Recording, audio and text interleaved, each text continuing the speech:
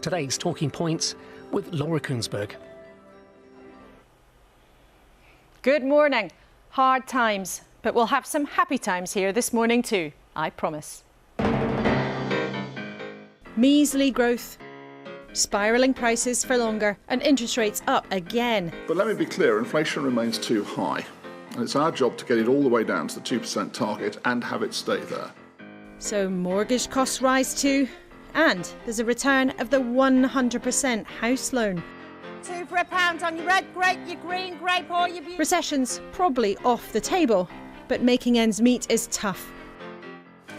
People come in and sometimes they mention they only got so much to spend, so, you try and give them the best deal you can. So we have one big question this morning. Will it be hard for the country to make a living for years to come? Sky-high gas and electricity prices are part of the problem. So the Energy Secretary, Grant Shapps, is here. What would Labour do differently? Johnny Reynolds, its Shadow Business Secretary, joins us as well. But maybe the economy will be turned upside down by robots. Anyway, tech boss Emad Mostak has stopped by. I think this will be a bigger economic impact than the pandemic, and it's up to us to decide which direction. And food prices are part of that pressure. The boss of the World Food Programme, Cindy McCain, is here on why it's a much bigger problem than just at our checkouts. So we're asking everybody in the world to please take a look at this and please support us, because people are going to starve to death if we don't. With us in the studio to talk about those pressures and a lot else too, the chef and founder of the restaurant chain Oaxaca, Thomasina Myers. On energy prices, the boss of Octopus Energy, Greg Jackson, is here. And scoop getter extraordinaire, The Guardian's political editor, Pippa Crerar, joins us as well.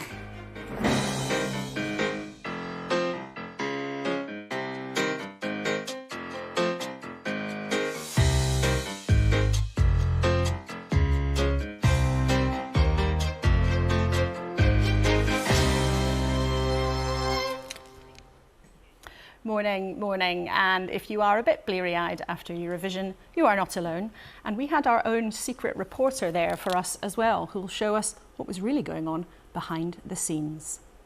Laura, it is Catherine Tate here. I've just finished giving the scores. I don't even know if you can hear me, or indeed if my dress would be suitable for Sunday morning viewing. I think Catherine Tate is appropriate for any time of the day or week. A very warm welcome to you three. Let's first take you to a look at the front pages. Eurovision is, of course, on there with the Princess of Wales piano solo during the titles. The Sunday Times has a story about the ongoing nurses' strike. And the Sunday Telegraph says that Labour would give EU citizens a vote in a general election. We'll talk about that later. The Sunday Express, there's some Tory jitters around, says the Prime Minister will not budge. And the Observer says that there is some kind of Conservative revolt going on. Let's get straight into that. Pippa, what's really going on in the Tory party? We're seeing all sorts of jitters, aren't we? Yeah, I think that's exactly the right word. We kind of forgot about it last weekend because of the coronation, but the local elections happened just a couple of days before and were really bad for the Conservatives. They performed worse than their worst expectations, and Labour conversely did much better. And because of all sort of the pomp and ceremony over the weekend, it sort of became secondary news. But when MPs came back to Westminster on Monday and all through the week, there's been an awful lot of anxiety about what that means for the future of the party.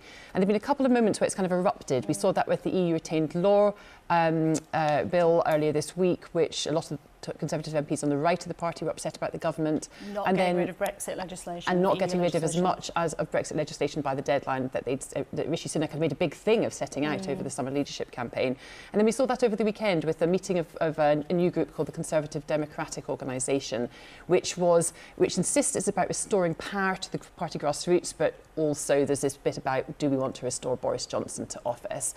And they met at the weekend, and some quite senior Conservatives like Priti Patel and Nadine Dorries really showed us how unhappy some people in the party are about the lack of what they see as Rishi Sunak's own mandate when it comes to the Tory leadership. And there are also, Greg and Thomasina, sort of jitters generally about some of what the government's doing on something that traditionally should be very safe ground for a Conservative government, how to get business going, how to get growth in the economy.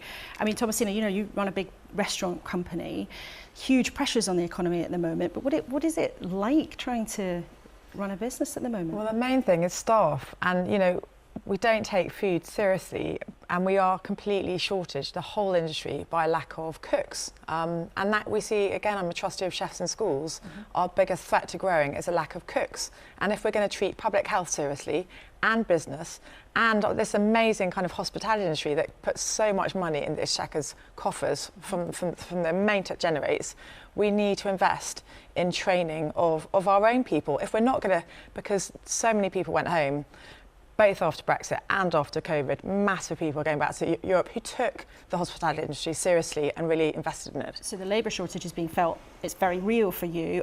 Greg, what about your sector? Because, you know, the UK's been quite good at renewable energy in recent years, but there have been a lot of warnings recently that that status is a bit shaky now, and actually lots of projects are being held up. Yeah, I think, look, first of all, the UK can be proud that you know, with maybe 40 to 50% of our electricity coming from renewables, we've been a world leader. And nothing's brought this into sharper focus than the energy crisis. It was a gas crisis. And, you know, if we'd had more homegrown renewable energy, we'd have been better insulated against the crisis. So I think it's, you know, very positive that energy is now front and centre of national debate. And the question is how we can transform a 150-year-old system in the next decade and a half to bring cheaper energy for households, for businesses, critically needing it, and of course, cleaner energy, and finally, national security.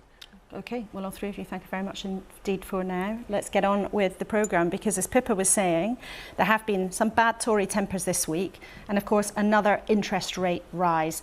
And look, the Prime Minister even had to suffer watching his team, Southampton, get relegated in the football yesterday when he was watching them at St Mary's as they lost to Fulham's. So maybe a tricky few days for the Prime Minister. But Grant Shapps, the Energy Secretary, is on the pitch for the government this morning. Welcome to you, Mr Shapps.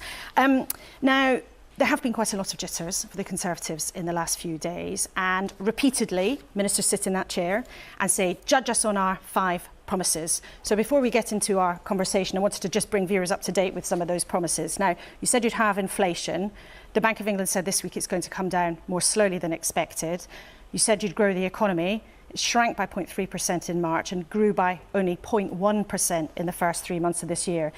NHS waiting lists are at record levels, higher than they've ever been since records began. And the Prime Minister always says he wants to stop the boats, but 564 people came here crossing the Channel just last week.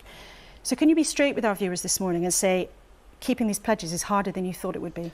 Well, first of all, we're still... Good morning. Good morning. First of all, we're still absolutely committed to that set of 5 pledges. As you say, we want to halve inflation, and you're right that the bank have indicated that this is happening a bit slower than they would have liked. They're responsible for interest rates, but they're still saying it's going to happen. We want to grow the economy, and actually, against what the bank and the Office of Budget Responsibility had said, we thought we'd be into a shallow recession. In fact, the economy is growing, albeit slowly, so there is some movement there. And of course, we want to reduce debt and make sure we do get the NHS waiting lists down, and we put huge resources into that. So we've seen an end of 18-month waits, for example, I believe. And you know, when it comes to stopping the boats, we're passing the laws to do it. We're working with different countries like Albania to make that happen. And I should point out all the time, particularly with stopping the boats, against the opposition who vote against the laws that enable this to happen. But the point I'm putting to you this morning is actually the promises that Rishi Sunak set out at the beginning of the year are proving rather hard to keep. And some people in your party in the last few days have openly shown their frustration that he isn't being bolder, that he isn't trying to go further, and really aren't convinced that he's going to be able to keep the promises he's already made. So, I mean, first of all, I accept that they are difficult and very detailed pledges. These are not vague numbers that we've put numbers to what we've promised. It's difficult. Secondly, I thought it was always going to be difficult, and we still are committed absolutely to those 5 pledges. And our message, and my message is simple this morning to your viewers, is the Prime Minister, Rishi Sunak, set out his 5 pledges to, as you said, halve inflation and grow the economy. And we've been through them. We don't need to hear them again. And he is still absolutely, and we are still absolutely committed to delivering those things, all of them, including the NHS waiting lists, including stopping the boats. But he's not achieving them. Well, and the point is that he promised, here are my vows and I will deliver them. And on the current trajectory, it just doesn't look like that's going to happen. Well, my argument is wait till the end of that trajectory. He said he'd do them during this Parliament, actually on things like growing the economy. And I accept this is not sort of runaway growth or anything, but actually we've avoided the recession that even the experts were projecting and predicting. So actually there is some success in there already, but we've got a lot. No, of course not. But his pledge was to grow the economy, and we're starting to see it grow. And of course, in the next 18 months, we want to see that growth picking up, which is why it's very important we stick with the course. But the former Home Secretary, Priti Patel, says that Rishi Sunak is overseeing the managed decline of the Tory party. There are many people in the Conservatives' ranks who are deeply worried. They've even been holding conferences, holding public meetings. This is now way beyond sort of Westminster whispers. There was a big conference yesterday in Bournemouth. There's another coming this week. And all the time, there's Boris Johnson looming over it. There they are yesterday, people clapping the prospect of him coming back to save you from what Priti Patel says is Rishi Sunak's managed decline. Now, if everything's okay, what are they all on about? Yeah, look, I don't buy that version of events. I think this is a party that still, after years in government, and despite having to put up with things like, the pandemic, the war in Ukraine, and all the costs attached to it, is actually buzzing with ideas. Really? We're able to get together and we're able to hold conferences and have different ideas come forward, just as happened when I was reselected recently to fight my own seat as the candidate. So you welcome all of this, then? You welcome former cabinet ministers saying that people in the party have damaged it more than Labour. You welcome former cabinet ministers saying the party's in managed decline. Well, I don't have to agree with everything that everybody says to welcome the very fundamental fact that we're still the party coming up with new ideas, with a vision for the United Kingdom, and I think that is a good thing. And the fact that Boris Johnson, who was our Prime Minister, is clapped by Conservative MPs, I served in his cabinet, is not, I think, a shocking revelation that you seem to suggest it might be. What's interesting, though, and we heard it from the Culture Secretary, Lucy Fraser, here last week, and I think we're hearing it from you again this morning, is your party got an absolute kicking from the country in a set of elections last week, losing more than 1,000 seats. And essentially, you're saying, stay the course, don't change anything, carry on as we are, business as usual. That's not quite right. And so what are you changing then? First of all, you're right, this was a disappointing set of elections for us, clearly. On the other hand, it was the first opportunity that people have had since all the shenanigans of last summer to go to the polls and put their X in a ballot box and, in a sense, express their displeasure with what had happened. Imagine if that set of elections, by the way, had been 3, 4, 5, 6 months ago. They would have been clearly much worse. But my question is, are you going to change anything since then? It doesn't sound like you are from what you've said so far this morning. I think what we're going to do is deliver specifically actually on the 5 pledges, which I will resist naming again, just not to try your patience. But that's what we're going to do. And actually, when you think about the priorities in this country, these are the things, stopping the boats and, getting on top of the NHS waiting list are the priorities. When I knock on doors in my constituency and elsewhere, that is what people want to see us do. Okay. So no, we're not going to be diverted from those principles, okay. No. Let's talk about your job as Energy Secretary then, because one of people's priorities is also being able to pay their energy bills. Now, the government has been paying half the nation's energy bills all winter, but was March's payment the last time that will ever happen? So, first of all, you're right, we've been paying typically half of the energy bill for a household and even for a business. The problem is it hasn't felt that way. People will be watching this and saying, right, you didn't pay half of my bill. That is because the bills would have gone up so much more had it not been for that support. There is still safeguards. There are still safeguards in place, including the energy price guarantee. But critically, what we're starting to see, or have seen on the wholesale price, are those energy prices falling below that cap and getting back to more like what will be normal prices. Now, people haven't seen all that benefit, or much of it, or even any of it yet, In about another 6 weeks this summer, that should start to feed into people's electricity. But you say they should be normal, bills. and actually what experts calculate is that they will still be 50% higher than 2 years ago. Now that's not normal, unless what you're saying to people is that is a new normal, and actually we have to accept now that the price of energy, the price of basics is just going to be higher for longer. That's what we have to accept. Look, I can't accurately predict exactly where the energy price will be, but what I can tell you is that at its height, it was about 600 pence per therm for gas. I just looked this morning, it's 76 pence per therm. So we will see the energy prices falling. And there's something else the government can do here, which is my objective, is to create the sort of energy security that we found didn't exist when Putin invaded and used energy as a weapon of war, as a weapon of blackmail, essentially, to get us to the cheapest electricity wholesale prices in Europe. And that's where I want to take the United Kingdom through our incredible programme of renewables and rebuilding nuclear power. And a lot of people in that industry have been talking about putting your foot down on that for a very, very long time. One solution energy firms have been calling for is a so-called social tariff, accepting that there will be people who are always going to struggle. Would you consider a social tariff for energy? Yeah, so the Chancellor actually already announced that we would look at that, and of course we've always had, we've always had the Warms Home discount. We're already doing it. That essentially provides something of support for people.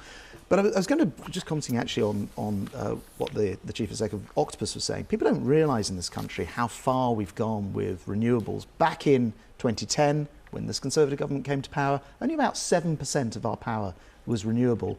This last 12 months, if you take renewable and nuclear, about 57% of our power came from renewables and nuclear. This is a transition which gives us, Britain, the biggest offshore wind farm in the world, and the second, and the third, and we're building the fourth. We're doing very well on those things. What I need to see is that come through to mean that people's energy prices are cheaper and stop us having this reliance on the international gas market. But let's look at what's happened more recently than that, because actually in the last 6 months, only one wind turbine has been started.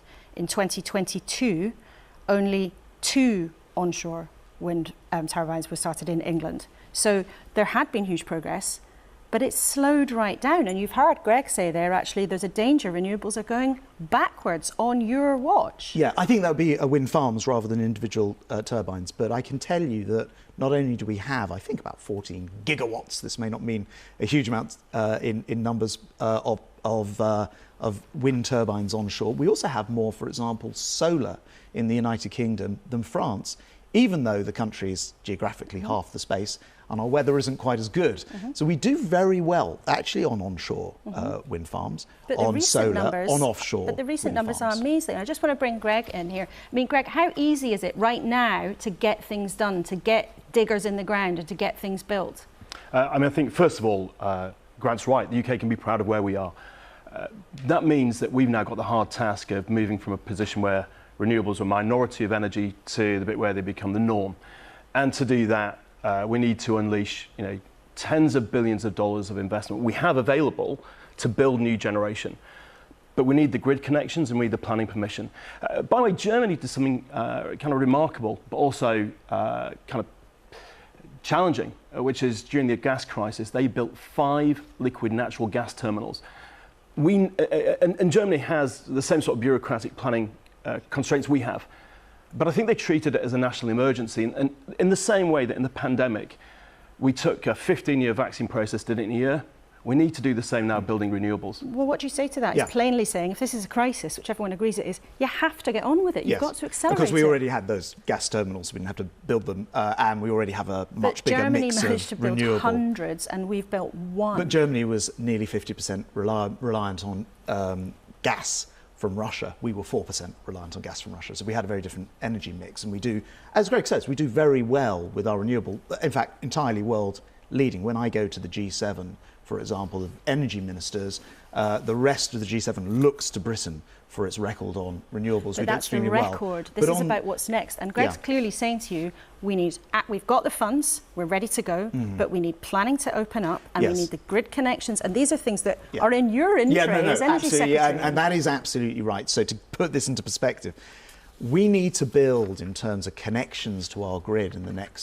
6, 7, 8 years, as much as we've done for the last 3 decades. So there's a massive challenge. We're almost a victim of our own success in having added so much energy to our grid that we now have this massive challenge. So I've got some very authoritative work going on this. We're making legislative changes right now. I have a report coming onto my desk in the next month on the subject, what else we can do to speed up the grid. But that is our biggest challenge. Every country is going to face it. We're ahead of the game because of the level of renewables that we've got coming into our system right now. And by the way, this government's reinvesting in nuclear. I was the first Energy Secretary for nearly 40 years to put money into nuclear power down at Sizewell C.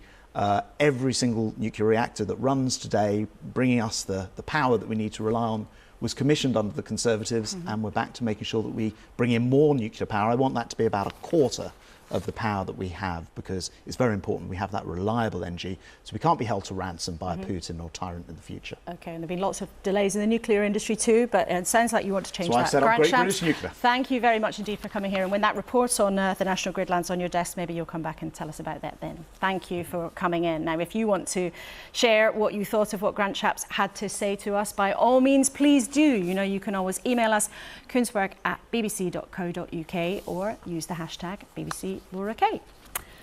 Now, I'm sure Grant Shapps doesn't want to be replaced by Labour, and let alone a robot. But if you've been paying attention on Sunday mornings, I know you all do, we've been talking a lot about changes that might come from artificial intelligence, as computers can behave increasingly like humans and can do things without us tapping instructions on a keyboard.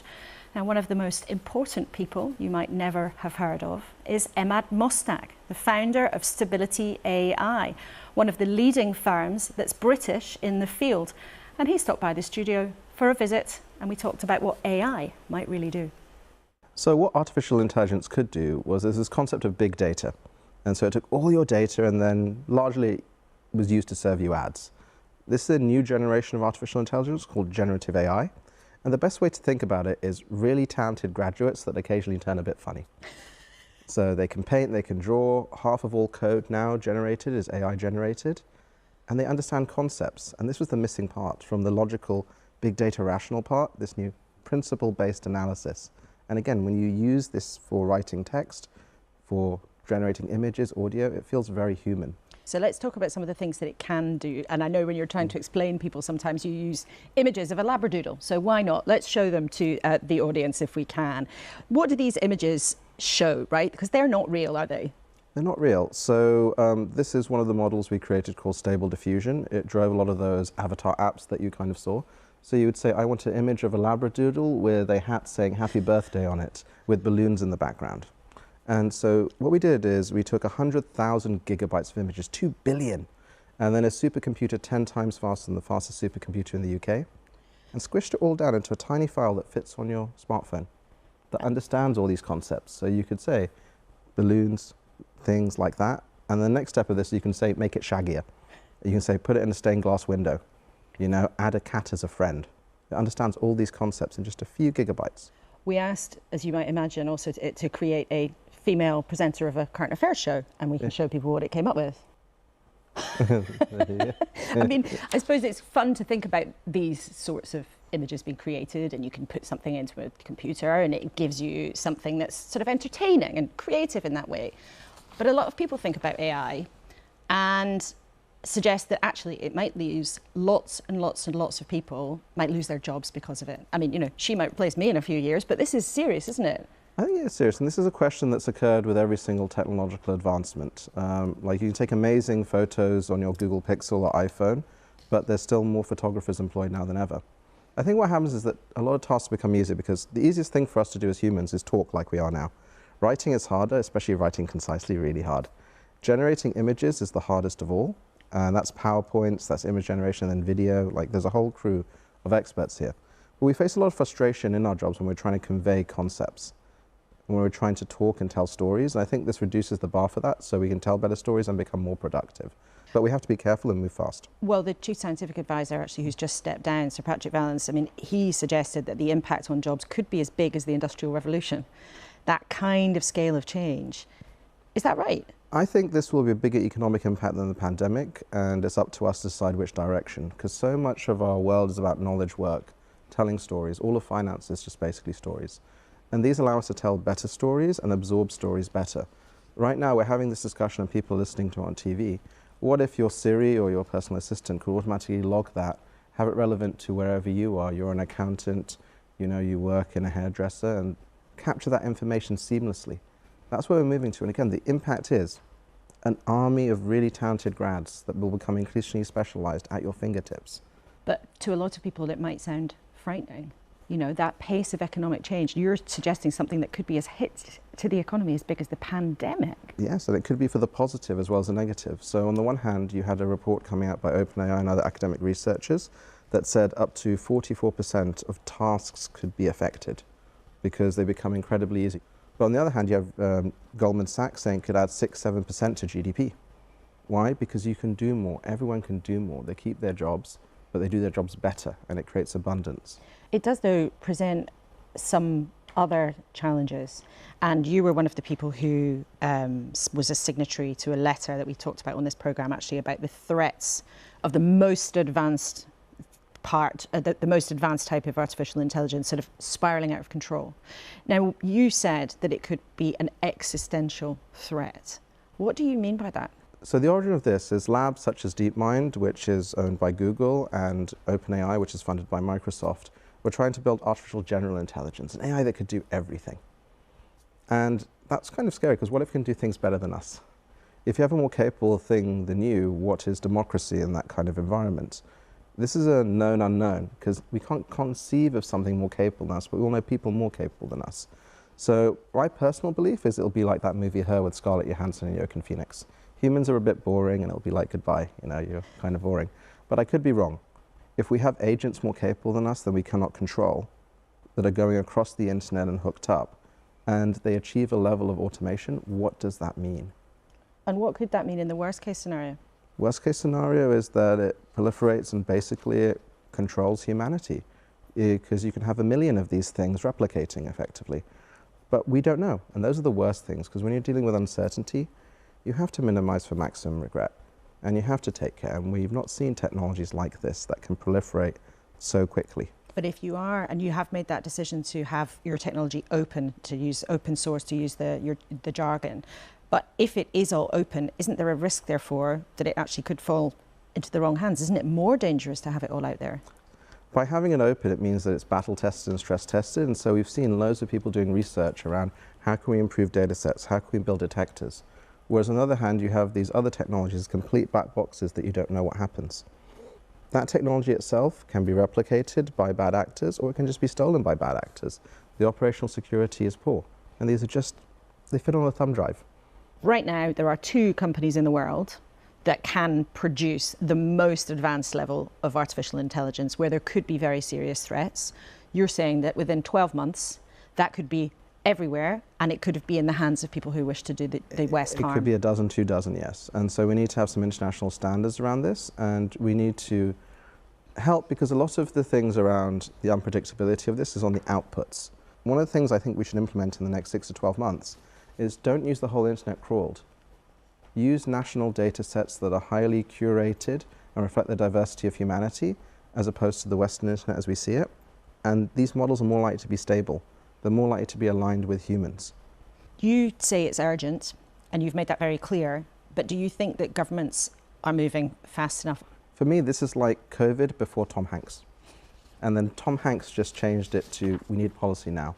I think something will come in the coming months. I'm not sure what that will be, but I know by next year this technology is everywhere. It's in our phones, it's in our workplaces, and it's moving the nature of society. What could that kind of moment be, though? So you say when Tom Hanks caught COVID, suddenly it was real for everyone, Yeah. suddenly it was here. And you say there will be some kind of moment like that for AI. But what kind of thing could it be, do you think? So like last week, the Republican Party had an AI-generated attack ad against President Biden. This just in, we can now call the 2024 presidential race for Joe Biden. And that is something that governments have to respond to. Does it worry you, though, that in America we're seeing political parties starting to use AI? Yes, it does. And again, I think it's an inevitability. Again, this technology was advancing anyway. The question is, can we standardize it? And this is why I wanted to put a real focus on the training data. The material that's being put into these Exactly. supercomputers. Rubbish in, rubbish out. Because at the moment they are training on the whole internet for good and bad. That's why you've got these weird edge cases. It's why you've got, again, you put that presenter in, by default she is white, you know? But again, that shouldn't be the case for Japan. That shouldn't be the case for India. They should have data sets reflective of their own nations, or even Britain. When you make something, traditionally, it is your property, whether it is a song, a painting, a photograph, and your company is being sued by the photo agency Getty, a huge company, and it's claiming that you've infringed on its photography rights because you scraped stuff off the internet, put it into your computer, and out comes something else. Do people have the right to seek redress if these models are using what is theirs? Well, I think that's an interesting thing, because what if you have a robot that's walking around and looking at things? Like, do you have to close its eyes if it sees anything? And what is the nature of these models? Because it's an input question and an output question. Do you think that the government's aim of the UK being an AI superpower, and you know they've put £900 million recently into this, is it realistic? I think it is realistic. I think the government is showing a remarkable level of progression versus, you know, regulation first EU on that. Mm-hmm. And you've got ourselves and DeepMind. You have amazing AI talent in London and hopefully moving across the UK. Can we trust you? I think everything is open, right? I think there shouldn't have to be a need for trust if you build open models and you do it in the open, and you should be criticised if you do things wrong and hopefully lauded if you do some things right. And just lastly, in 10 years' time, will we look back and think whether it was ChatGPT or Stability AI or DeepMind, will they be as big in our lives as the Google, the Facebook? It'll be bigger. Bigger? The entire of humanity are the stories that make us up and the stories we tell each other. And now we can tell better stories and understand better stories. This is why I think Patrick Vallance is right, it is bigger than the Industrial Revolution. And it's up to us to decide, do we want a repeat of Web 2, where it was centralized AI and we had few options, or do we want to have AI that is representative and owned by us? And I think it'll be a mixture of the two, and I hope to help with the latter.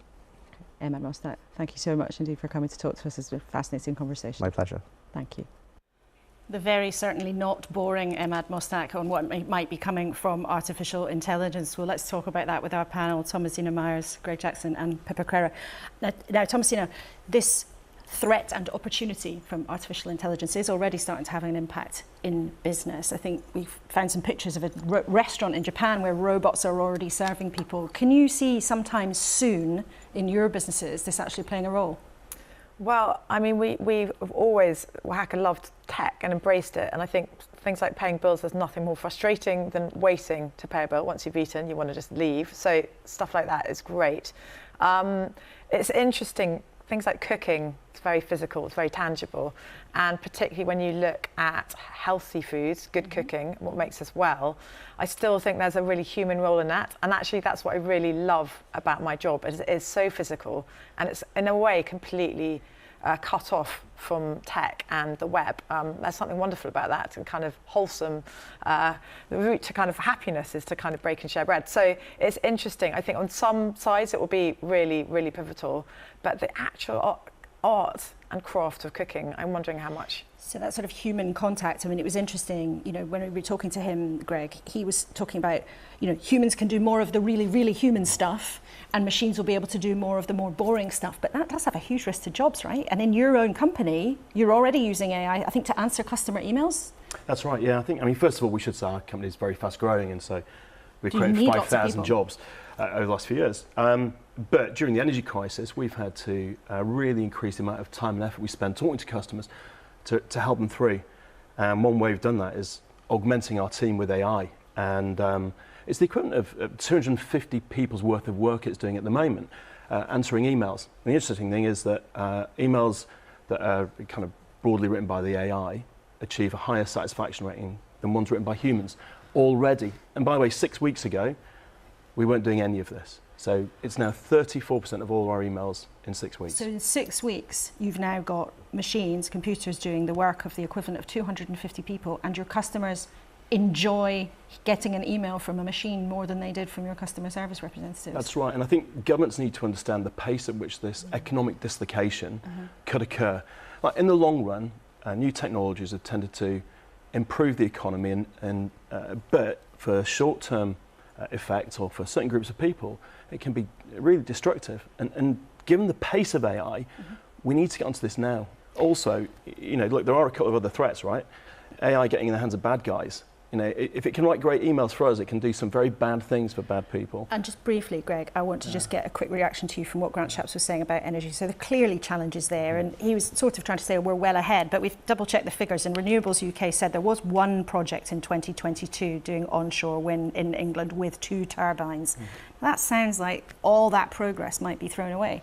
And that's onshore. Now, by the way, you know, 80%, 90% of people want onshore wind, particularly if it can drive down energy costs. And you know, we've got products where if people live near a turbine, when it's windy, they get cheaper energy.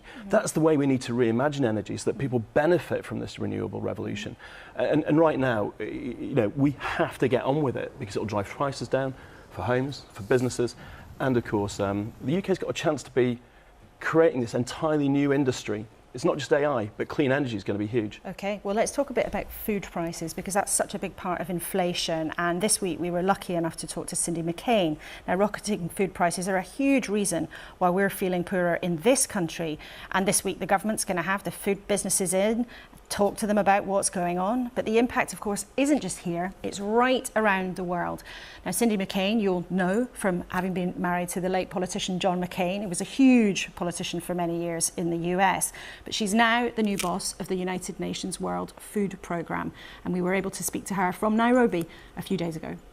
Let's start with climate change affecting the entire world. And so that's number one. Conflict has increased. The cost of food, as you just mentioned, has increased.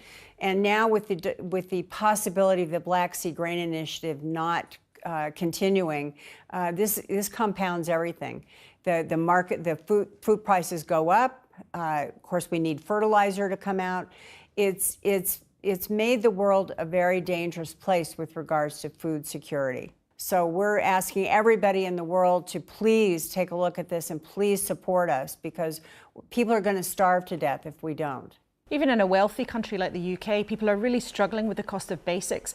Can you see a time, Cindy, when food prices around the world might come down? Well, certainly, if the Ukrainian situation levels out and the conflict stops, is one way to help the prices come down. And also, you know, other regions being able to produce differently or produce more of what they're doing. But most importantly, the thing is that we have to make sure that we as a world work together to make sure that people can be fed.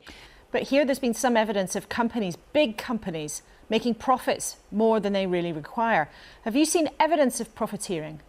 I have not witnessed that. I'm happy to say I've not witnessed that.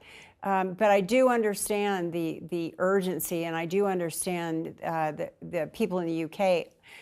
The food insecurity is hitting them personally, because they can't find the things in the markets that they used to find, or if they do find them, the price is doubled from what it was. So this is all a result of a cascading effect that has occurred. Not only with Ukraine, but around the world, climate change again, cost, of course, and of course, conflict.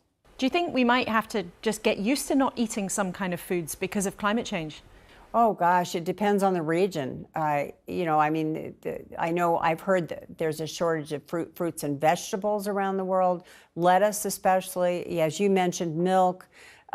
Because of the prices and because of the lack of fertilizer, we're going to see crop yields that are planted probably not yielding as much as they did last year because of the fertilizer issue. But maybe some of the answers are more radical. Some people suggest we should eat insects rather than meat. Should we be open to that? I think we should be open to everything. I really do. I think things are going to change a little bit, and I think food waste has to be considered in this as well, because food waste is an enormous problem globally. Do you think Ukrainian farmers will be able to bring a harvest in this year? I think it's going to be difficult. I know that there are some farms that are still operating, but you have to remember a large majority of the land, where the crops were grown before, are now mined. The equipment with landmines, the equipment that they use to work the farms are mined. This is a tragic situation, and if the conflict were to end today, we'd be years being able to clear the land and clear the properties to make sure that it was safe to plant and safe to put livestock on. What about Moscow renewing the grain deal? Now, that's been a vital way of making sure supplies people desperately need still get out of Ukraine. Must Russia renew it? Yes, they must renew the deal. We can't, possibly be able to feed the region, let alone the world, unless they do. As you know, Ukraine used to be pretty much the breadbasket of Europe. And now that's not happening. And we need to get the grain out because it's affecting other countries. And now what we're doing at WP is sourcing our grains that we give out from other sources, other possibilities, other availabilities around the world. But the cost has gone up. So we are not able to feed as many people as we could because of the cost. And what would you say to other world leaders to help make that happen? And what are the consequences if it doesn't? Every world leader should take a look at this. This is something that we need to stop so that we can go back to being able to feed people and people making sure that they're secure and they have their not only their food, their water, but their families are fed and they're able to feed themselves. So yes, every world leader should take a look at this and help us, help end the conflict. I mean, Thomasina, Cindy McCain paints quite a bleak picture there of the lack of security in our food chains. Do you agree with her? Yeah, entirely. I mean, our food system just generally isn't working. And she mentioned a few things. She mentioned the cost of nitrates. Well, if the government had a more joined-up approach about investing in agri-tech like they are in the US and Israel, then we would see the cost of nitrates absolutely dropping for farmers because they wouldn't need to use so much, and investing in things like regenerative farming. But she also talked about the profiteering of big food companies. Now, the major category that they are profiteering from, the fastest growing category, is ultra-processed foods. Now, we know lots of studies have pointed to those causing cancers, weight gain, cardiovascular disease, all sorts of things, and premature death. That's costing the economy, diet-related disease, about £54 billion, equivalent to how much we spend on education. If we could look at ultra-processed foods as that commerciogenic thing, like smoking, like the marketing, they're addictive stuff, these foods. But you mentioned profiteering there, which is interesting because we've talked about it a bit in the last few months here. From your knowledge of the food industry, you sound like you're convinced it is happening. Well, let's look at it. When Boris Johnson came up with some really good ideas coming out of the food report that Henry Dimbleby did, one of it was including banning the marketing of these foods, which we know to be addictive. We know, and there needs to be way more studies done on how they affect ill health. But then that was suddenly, there was a U-turn overnight. Money is taken between food companies to scientists, to doctors, to ministers. So we need to stop those links between the food industry, just like we did with the smoking and the tobacco industry. Okay, Pippa, is this though one of these problems of food inflation that actually governments right around the world are a bit banjos? There's not really that much they can do. Well, it's not just us, obviously, as we know, and there are international factors at play in terms of driving up inflation. I mean, all economies were under pressure coming out of the pandemic, and then obviously with the Ukraine crisis, there was a sort of knock-on in terms of energy prices and inflation here. And we've seen some countries, like France, talking about putting a cap on food prices. I think it'd be very difficult to see that happening here right now. I think we're much more likely for the government to want to see whether the supermarket suggestions and the industry suggestions that prices are going to start coming down do happen before they make any decision. But ultimately, people are really struggling with cost of living still, despite all that government support that's gone in on energy prices in particular. And I think ultimately, underneath it all, people there's a lack of resilience in household budgets off the back of 10 years of austerity. And I think it's going to take quite substantial falls in things like food prices for people to feel that they actually have money in their pockets again. Okay, all three of you, thank you for now. But at the end of the programme, Thomasina, I want to know if you've got any recipes for insects. A challenge to you there. Now, yesterday, Keir Starmer, after his success in the council elections we talked about last week, made a pretty dramatic sounding promise that his changes to the party, compared to Tony Blair's, would be on steroids. With the levels of cynicism in our politics, the letdown, the drifting away, the disconnect, our collapse in Scotland, the loss of the Red Wall, this task is going to be ongoing, difficult, and enormous. It is, if you like, clause 4 on steroids. Blair on steroids. Well, what does that really mean? Let's ask one of Keir Starmer's team, the Shadow Business Secretary, Johnny Reynolds, who's with us this morning. Good morning. What does that mean? Clause 4 on steroids, and clause 4 for the non-political nerds is when Labour dropped its commitment to nationalising everything. So what does he mean now? It means that if you look at the scale of the challenge any incoming Labour government would have, it is, I would argue, bigger than any other point in British history. We've had an economy that hasn't performed as it should have for 13 years. We've got public services where, look, let's be frank, are there any public services today working better than 13 years ago when the Conservatives came to power? No. And so the scale of what we've got to do is not only have the policy platform that meets that, but have the courage to change the Labour Party to meet that. That is what Clause 4 fundamentally was about. I think that is what Keir has done so far. We know there's more to do, but Keir is making clear, yes, we see the challenge is very big, but don't underestimate our determination to meet that challenge. Would the challenges really be bigger than at any time in British history, as you said, bigger than after World War II? Well, if you look at the challenges, yes, I'm not saying they're not significant, okay? But look at, the state of the public realm. Look at the state of the economy. Look at the challenges that come from an ageing population, technological disruption. We saw the AI feature you've just done. These are very significant issues. And also, they've come at a time where the rest of the world is absolutely hungry for the jobs of the future, the investments we're seeing in the US through the Inflation Reduction Act. Our policy platform is the equivalent to that. It's that level of ambition. And we don't see that from the government. And I listen to government ministers, and all I hear is, look, we're going to do more of the same, more of what we've done for the last 13 years, and it hasn't worked. But it's interesting because Labour backers, or some of our viewers this morning who might be wondering about backing Labour, will also want to know that Keir Starmer is someone who they can really trust. And when he won the leadership, he said he'd make the case for moral socialism. Yesterday, he said, I don't care if I sound like a Conservative. Now, what are people meant to make of that? That sounds like someone who'll say almost anything in order to be elected. His reference. What Keir was asking is, what is it the Conservative Party actually conserves? Because it's not the NHS, it's not the BBC, it's not our waterways full of filthy sewage, it's not the nation, it's not family life. And he was pointing out that to meet the things, to celebrate the things, to defend the things that make this country great, it's the Labour agenda that will do that. And on Keir personally, I voted for Keir Starmer. I wanted someone who could be the Prime Minister and do it for the right reasons, be in public service for the right reasons. And he embodies that, and that hasn't changed.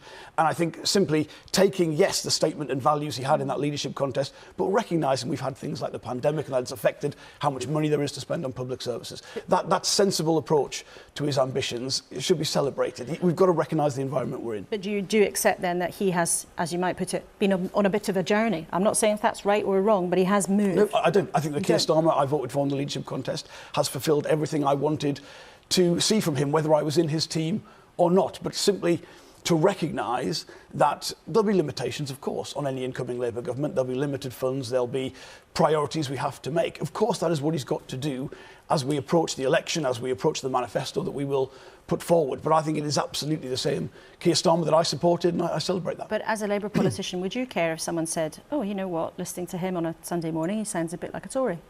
I think it is incumbent on any political party that's had a defeat as significant as 2019 to look at itself and say, we're going to have to attract some voters back who didn't vote for us last time. And I want people who voted Conservative last time to look again at the Labour Party, look at their own priorities and say, actually, yes, it is Labour who better represent that. That doesn't mean we're not embodying what I think is a classic Labour offer. I think that is fundamentally what Keir Starmer is about, a stronger set of employment rights, a better industrial policy, making the economy work for working people, rebuilding the NHS, opportunity for all. He's been clear on his ambitions, but we, of course, want to attract as wide a coalition of support for that as possible. Now, you mentioned there flexible working and industrial relations. Now, the government is already passing laws that it says will make flexible working more easily.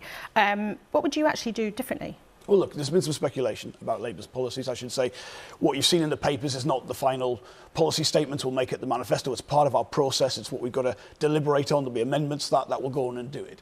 But I look at our economy today, and I want not just jobs for people, I want good jobs you can build a family life around, where you can own your own home, where you can go on holiday, you can have a car now and again, but fundamentally you can see your own children, have some family life. And I think recently, over the last few years, that balance hasn't been struck correctly. So what we should propose... flexible working be the default from day one? I think we are moving in a direction where for some jobs, not for all jobs, it's not possible for every job in the economy, the tightness of the labour market, that is what workers themselves are demanding. Now, there are different approaches as to whether you have a mandatory approach or you have incentives to do that. But I think a degree of flexibility to support family life is what a lot of working people expect. But can you say to bosses that you won't tell them what to do? Because you said there could be a mandatory approach there. Are you going to tell bosses they have to offer flexible working? Look, to address the very serious economic problems this country has, it means working in partnership with business. So I don't want to preach to businesses, I don't want to tell them what should be, specifically applies to their workplace, but we will work with them,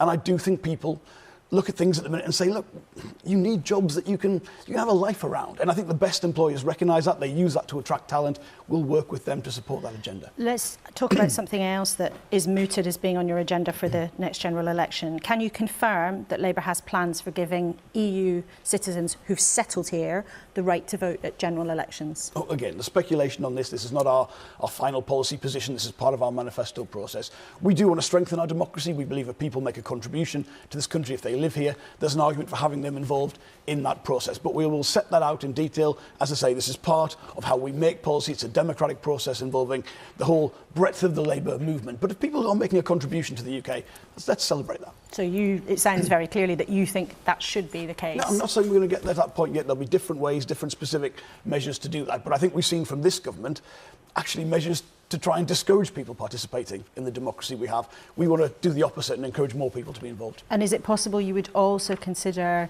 extending that right as part of your process, deliberating what to do, to all migrants who've settled here, not just EU citizens? Well, look, that's a specific question and we'll have to go through the process to do it. But as I say, it's about strengthening democracy and it's about involving as many people as possible. There are our ambitions. We'll get to the detail of that in the manifesto. OK, just in our closing minutes, I want to ask you about something else that's happened in the Labour Party this week. And it happens from time to time in Westminster, and all parties, I think, have struggled to deal with these things. But this week there's been a shadow frontbencher who's been accused of sexual assault by another Labour MP. Now, should they be suspended while an investigation takes place?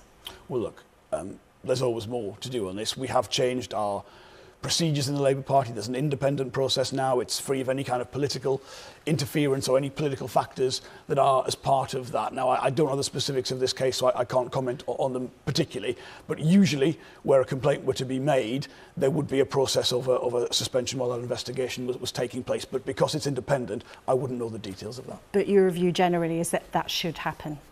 Where a complaint has been made, you would usually expect this independent process then to action that. You wouldn't know, as I say, as a frontbencher, what was being involved there, but it would usually involve a temporary suspension. OK, well, Johnny Reynolds, always great to have you with us in the studio on a Sunday. Thanks very much indeed for coming in and taking questions on such a range of subjects. Thank you very much indeed. Now, time has zoomed by as ever. It's nearly 10 o'clock. And we started this morning by asking how long would the tricky times for the economy last? Here's what the Energy Secretary, Grant Shapps, had to say. First of all, we're still absolutely committed to that set of 5 pledges. As you say, we want to halve inflation, and you're right that the bank have indicated that this is happening a bit slower than they would have liked. They're responsible for interest rates, but they're still saying it's going to happen. We want to grow the economy, and actually, against what the bank and the Office of Budget Responsibility had said, we thought we'd be into a shallow recession. In fact, the economy is growing, albeit slowly. And my trio of experts at the desk is still with me. Thomasina Myers, Greg Jackson from Octopus Energy, and Pippa Crerar, the political editor of The Guardian. Pippa, there clearly have been nerves in and around government this week. But do you think there's something serious? Is this the start of something serious unfolding for Rishi Sunak, do you think? I don't think it's the start. I think it's a continuation, and we've just had an opportunity for it to bubble into public this week because we had the local elections and the poor results and a couple of internal rows within the Conservative Party. But from the off, he's had a really sort of uphill struggle, not least because of the state of the party when he took it over post Boris Johnson, Liz Truss and all the dramas there, but also because of the state, and more fundamentally because of the state of the economy. And that's what it all comes down to ultimately. The cost of living, the crisis that people have been struggling with. If the Conservatives can manage to get on top of inflation, if they can manage to handle the economy in such a way that people feel that they're slightly better off at the beginning of this, at the end of this government than they were at the beginning, then they have a chance at the next election. But that looks really tough to do given the broader picture. And the fact that Rishi Sunak doesn't have the direct mandate of Conservative Party members makes that even harder to try and get his team on board. And I've been very struck over the last few days talking to Tory MPs how despondent they are really about their chances running up to the next election, and critically how they don't have the fire of rebellion in their bellies. They think they're going to limp on into the election, and many of them think it's going to be a fait accompli. Yeah, well, somebody in a former minister described it to me as a sort of depressive apathy, really. There wasn't very much they could do about it, but let's see. There was no despondency, of course, in Liverpool last night. And at the beginning of the programme, I promised you that we would hear from our own special reporter who was there behind the scenes. Yes, Catherine Tate, 12 points all round. Here's her report. I've just given the scores for the UK to Sweden. Look at this. This is absolutely incredible. The atmosphere is fantastic, and we're just waiting to hear who wins. This is what you need to know about the Eurovision. It was absolutely phenomenal. What went on backstage was like a ballet, because the crew were incredible. Every act was phenomenal. All the presenters were absolutely tremendous. This man's been waiting desperate. He's been waiting for a photo. Who's this? This is Laura Kuenssberg. Sunday with Laura Kuenssberg. I know her. There She's you Sky go. Sports. No. Can you take a picture? We're supporting Sweden. I'll bet you. That's fair. You are so famous in Sweden, you don't know. I don't know. Honestly, you don't know. I don't know that I was famous in Sweden. Sweden is finding out if they've won. And if they get more than 168 points, they've won. 200! Yes, Sweden has won! Sweden! I've loved being your correspondent. Happy Sunday, everyone. The glorious chaos of Eurovision and the glorious chaos of Catherine Tate. I think she's got a big future in showbiz reporting, and hopefully she's coming to the studio soon. Thomasina, I have to ask you, where are you watching Eurovision? Little tiny snippets, amongst other things. So, yeah, a little bit. And did you like what you saw? I mean, music, food, it's the stuff of life. It's what we should all be doing more of. And dancing and eating. Greg, did you catch any of it? Well, actually, my partner's a Scouse and was partying on the streets of Liverpool last night. I got my own special reports on WhatsApp, and the atmosphere looked incredible. I think it certainly is a party city. And Pippa, what about you? Were you watching yesterday? We were. We had about 8 children in the house, all crowded around the telly, so it was pretty chaotic at our place. But I managed to catch some of it. It was great fun. And do you think, I mean, it might sound a bit pompous in a way, but there's been a lot of chat and sort of wise commentary in the last few days saying actually Eurovision might be something that's very good for the morale of the country. Everyone's had a hard time. What do you reckon? Well, anything which gives us a bit of hope and light and joy in the middle of some of the bleakness we're currently going through, I think is a good thing. And from a personal perspective, somebody spent far too long on Twitter. Going through scrolling through Twitter last night and have it all be about outfits and songs and some of the funny humour and the memes and everything. So much better than my normal sort of like doom scrolling through the political backstabbing landscape. and intrigue. And Thomasina, finally to you, can you give us a recipe for insects? Well, we used to have in the restaurants a delicious cricket flour chocolate brownie. So I would suggest at home, if you want to eat more vegetarian, you could throw some cricket flour into your tortillas, make some flatbreads. Then, I mean, delicious, extra protein. Oh my goodness. Well, maybe there's a challenge to all of us for today. Find cricket flour somewhere and get in the kitchen. All of you, thank you very much indeed for joining us. Thomasina, Greg and Pippa. Thank you so much to all of our other guests as well. We've all, well, most of us perhaps, enjoyed the songs, sequins and screaming crowds of Eurovision. But when it comes to the country making a living, the picture is a lot less fun. Politicians might not really want to admit it, but the way the economy is looking, things might still feel testing for some time to come. Of course, that's in part about the hangover from the pandemic and the cost of the war in Ukraine. But most MPs will tell you privately, at least, for a long time, the UK has struggled to find a good recipe for growth. And whatever side you were on, the disruption and dramas around the Brexit process, of course, didn't help. So the contest for your vote next time will be in large part about who can get the economy to turn a convincing corner. Grant Shapps sounded relatively confident that the government will achieve this. Relatively. So you can catch up with anything you missed, of course, on iPlayer later, especially that interview with Emad Mostak. I would highly recommend watching that closely. But thanks for your company, and I'll look forward to seeing you back here, same time, same place, next week.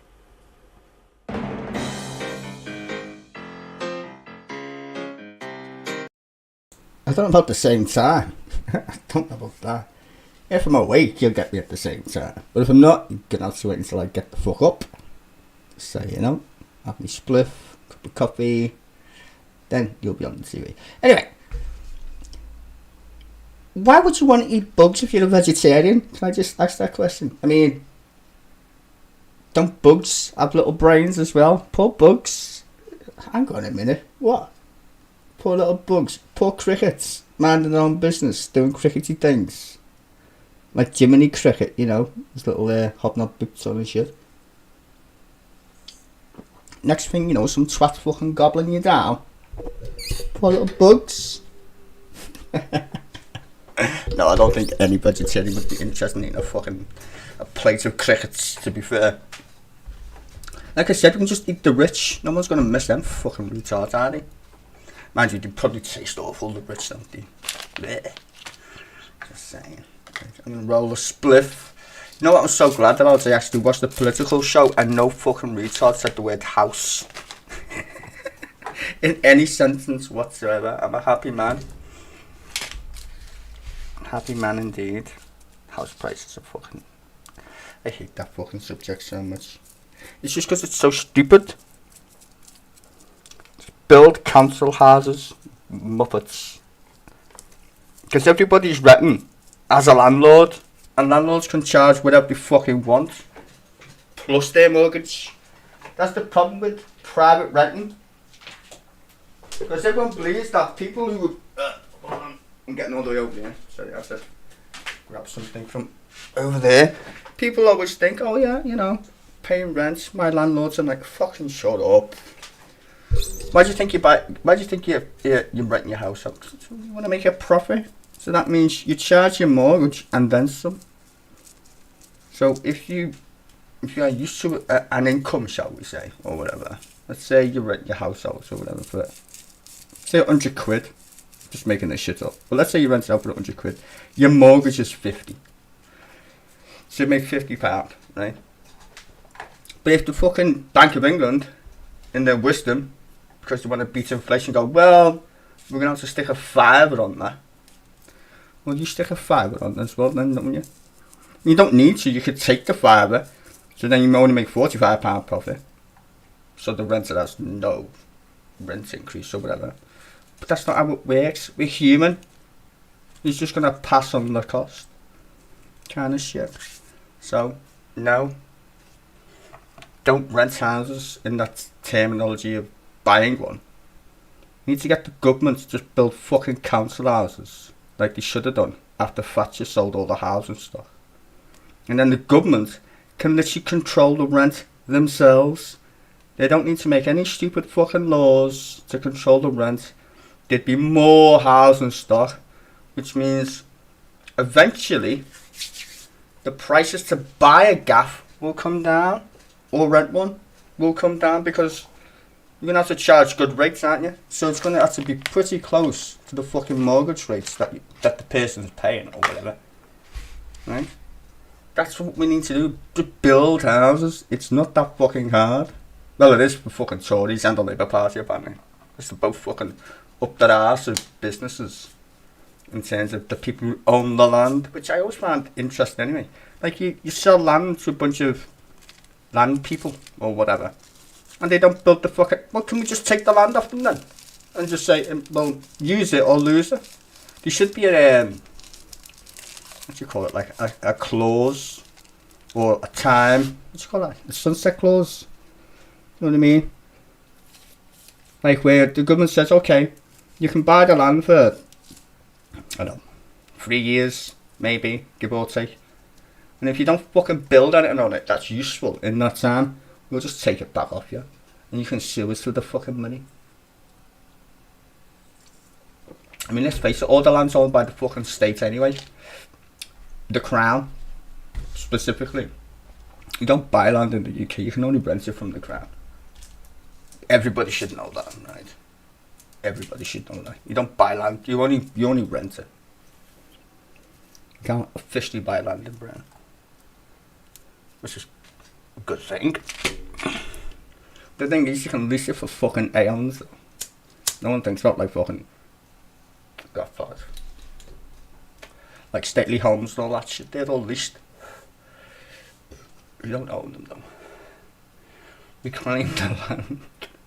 I don't know. I just think there's, and you know what, there's plenty of space as well to build houses. It's just the developers are fucking shit. Like in Liverpool, there's loads of brownfield places where they could build houses and just sit there fucking empty. For years, like years and years, you wouldn't even put a fucking dog. They're just all like abandoned and they just sit there for fucking years and they don't build anything with them. Fucking disgraceful. And if that happens in my city, I'm pretty sure it happens up and down the fucking country. Where you can just build shit, but they never do. I mean, to be fair, I do like the idea of having a countryside, but there's plenty of that to go around. You know what I mean, I don't want to fucking concrete the entire country. I'm not into that. I do like nature. But I'm saying is we do have an awful lot of space that we could already build on. You know? Cheap, nice, affordable council houses. And affordable as in rented by the government. And then, if the people like living in them, just give them the option to buy it eventually. You know. But there's got to be a good mix as well. I mean, for me, I think I wouldn't build flats for younger people, no offence, younger people, but we need family homes first. And then you give the one-bedroomers choices. You need family homes. Because there's lots of families. And if you want to build flats for first-time renters or whatever, then just build what we just did in the fucking 70s or 60s. Build a block of flats. No cladding on them though. Don't be doing any of that mad shit. And just make them all like 1 bedrooms, 2 bedrooms. For the noobs, the studies or whatever, you know. And just make it rent controlled. But make it so like only students can move in. No kids allowed. Fuck off. Just students and graduates or whatever. It'd be handy. I mean, fucking hell, if you come to Liverpool, there's so many students and student accommodations. You would literally think they were flats. They're not. Studentville, that's what I call Liverpool. Studentville. There's fucking millions of little bastards. Which, I mean, it's good for the economy, I suppose, locally. And it's diverse because the fucking students from everywhere, aren't they? So that's a good thing. But also, you should build actually proper, like where people can live. Because John Moore, the guy who owns all the land, there's fuck tons of it. You'd be very surprised. Like anywhere you go in Liverpool, you can see students' accommodation. Anyway, mainly in the city centre, which is fucking jam-packed. Jam-packed. That's why I like nightlife in Liverpool's fucking great. It's just full of students, basically. You get hammered on Thursdays and on weekends. Thursday night, by the way, is student night in Liverpool, just in case you weren't aware. Cheap drinks. On a Thursday, I don't know why it's Thursdays, but it's a Thursday. Bizarre.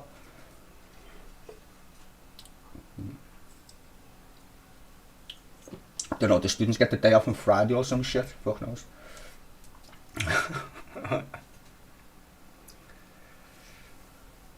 Organising, that's not good for the free market news. No, that's been our problem as a country. Being hoodwinked by neoliberals. That's the problem. I mean, when you watch any political programme nowadays, you got the kids of neoliberals who think they're on the left, and actually the centrists. And then you got kids of conservatives who are not even Tories anymore. They're centrists, but they keep thinking that they're left and right, and they're not. They're just both neoliberals. Which is it's just a con anyway. So if someone says something stupid like, I don't know, the border, shit gets quick. It will interest them pretty quick at that point. Because you only hear from the batshit crazy people anyway. Because most of the people, like Question Time the other day was interesting because a lot of people in the audience were just like, well, can't you just do the common sense thing, like deal with the fucking gangs instead of like scapegoating the poor bastards on the boat? Which would be common sense to most people with any empathy whatsoever, apparently. Right? But now you got the government going, oh, well, we need to stop the boats. I mean, my opinion is invade France. That would stop the boats. Same thing as dealing with the gangs, though. It's in France. So, just bribe France. Just give France more, or just say, France, see that coastline there where they're coming from? Give that to us, and we'll put some coppers on it. And drones, and some ships. And just stop them. Or, maybe pay the police to actually go and find the cunts in the cities where they are. Pretty sure you could do that. Dude, if you can find Osama bin Laden, pretty sure you can find some drug slash fucking criminals who are fucking buying boats. Doesn't anyone think, where did these boats come from anyway? There must be some twat selling them. Can I buy a boat? What do you want it for? Fishing? That's not a fishing boat? Yeah, well, I'm going fishing. Okay. Clearly the fishing industry in France is booming. Somewhere. Buy all these small boats. Someone makes them, someone sells them. Start there would be a fucking like handy position, wouldn't it? I mean, if I was a detective, or like if I worked for like the agency, I'd be like, who makes these fucking boats? Like, who?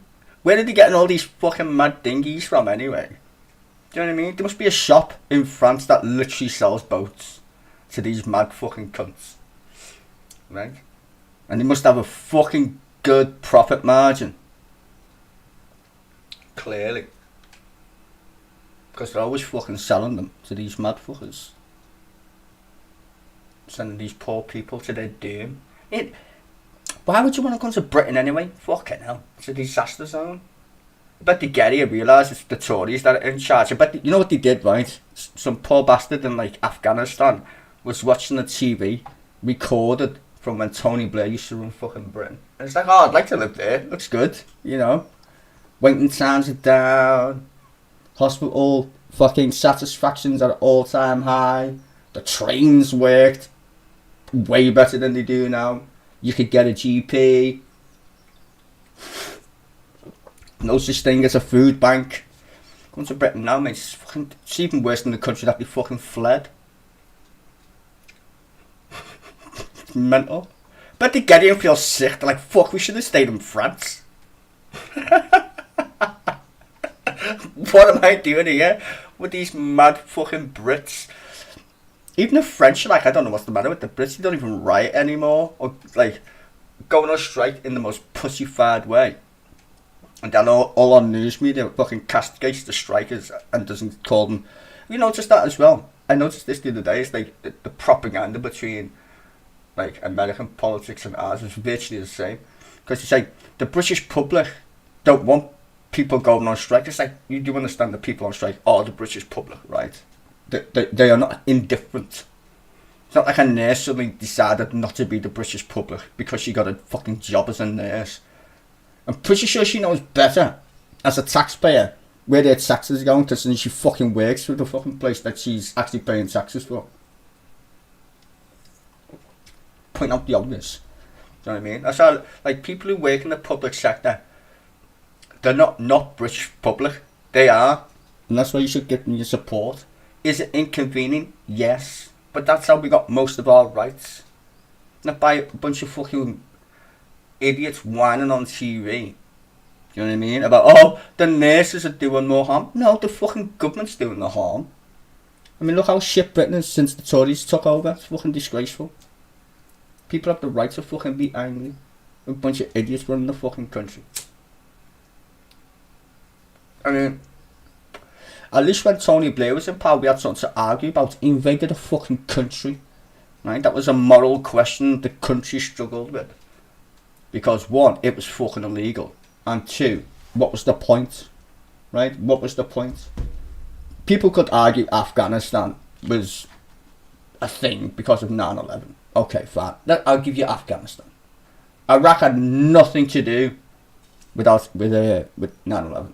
Nothing at all.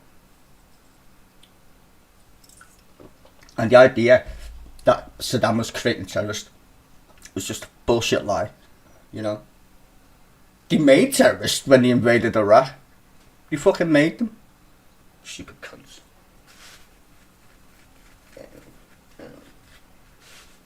I just think we'd be better off without these Tories in charge because they are garbage, and I hate that Grant Shapps ferret-looking fucking cunt. They look like little ferrets, don't they? All of our Tory leaders look like fucking ferrets that you want to give a slap to. Rishi Sunak, ferret. Well, Braverman, ferret. Grant Shapps, ferret. Matt Hancock, ferret. They all look like ferrets. I'm shitting on the ferrets. Yeah, I shouldn't shit on ferrets. I actually like ferrets. I wouldn't even call them rats. Those fucking rats have got more fucking screwballs than these fucking horrors. Oh, I just can't wait to get rid of them. Okay, everyone's saying that Labour can't win the next election. I said this before already. They can, but it's going to be hard work. They'll be probably the biggest party, but they're going to be close to the limit on seats. But the good news is, both Labour and Lib Dems haven't ruled out some kind of coalition. I don't think they'll do a coalition. I think they'll do a supply and demand deal. It'll look good for the Lib Dems, and it'll seem like Labour's in charge kind of thing. But I would like Labour to win a majority, and my hope is that people in Scotland throw some Labour seats our way. That's my only hope. Because if we win some seats in Scotland, it doesn't have to be many, just a few. Lib Dems destroy or cannibalise Tory seats, good. And then Labour win most of their target seats and get a few pickups here and there, which he did kind of in the local elections. But nationally, if they win one or two that weren't supposed to, that's a good thing as well. Because the electoral map in Britain's pretty mental. You see, in England, Labour can never win with just England. It's not built that way. It just isn't. But with Scotland, they can. As everyone knows, it's disproportionate MPs or SMPs that sit in Westminster. I think there's like 54 of them or some shit. So if you took them out of the equation, which is basically what's happened anyway, Labour can't win. Just can't win. Can't beat the Tories when it comes to constituencies. There's too many Tory constituencies, not enough Labour ones, basically. I mean, I think the only way that's going to change is demographics, and that takes a while. So, I mean, it's kind of happening now a little bit with the younger voters. There's not many young people vote Tory, apparently. So, yeah. That's an interesting thing. But that's going to take time, I suppose. You'll migrate. I know, I was thinking about that. I was like, where would I live though? You have to speak English. I can't be arsed learning a language. Fuck that. Unless I want to just shout at people all day. It's not fancy shouting at people. So I don't know, would that to be not somewhere where there's no fucking earthquakes and shit doesn't want to kill me. So that should be a pretty boring place. I don't mind if it's cold-ish because I live in Britain. So the weather won't bother me that much. They've got to have fish and chips, clearly. Or I'm not a happy man. Don't know, it's a hard one, isn't it? Where can I live? I don't know. I'd probably go, I think my two destinations, would be Canada for the weather, clearly. And Australia because it's a very idyllic place to live. Jokes. So probably could go to New Zealand, but I don't like orcs. I like hobbits though. Or New Zealand probably. New Zealand, Australia, Gibraltar. Good shout actually. Gibraltar, come to think about it, even though it's tiny. Gibraltar probably. They all speak English in Gibraltar, and they got fish and chips, and it's nice and sunny. Canada, just because it's Canada really. We've got a good sense of humour, the Canadians. So yeah, Canada, New Zealand, Australia, anywhere, or Gibraltar, anywhere else. Maybe Greece. I mean, we've got a base in Greece, haven't we? Is it Cyprus? Is it Cyprus? I don't know. Yes, you know, somewhere nice. Like I say, the weather doesn't bother me. Just gotta have fish and chips. I speak English. I'm cool with that shit. Yeah, I couldn't cope with another Tory government though. Fuck that. I can't believe they're still in power after crashing the economy. I mean, I actually thought, oh, here we go. Tories are gonna finally get their asses kicked. Everyone should have went on strike. Should have forced an election on these bastards. Honestly. If everyone would have had a general strike and said, no, get out, they would have just had it. I mean, that's the point. We just don't care. We're getting run by Tories. They're not going to change. 5 pledges that you caused, you fucking idiots. Imagine giving 5 pledges to the problems that they created in the first place. I think about it. We're going to bring down inflation? Yeah, your fault. We're going to stop the boats? Your fault. Bring down waiting times? Definitely your fault. Fucking idiots. And that was before we had COVID, by the way. What was that? What was the other stupid fucking pledge?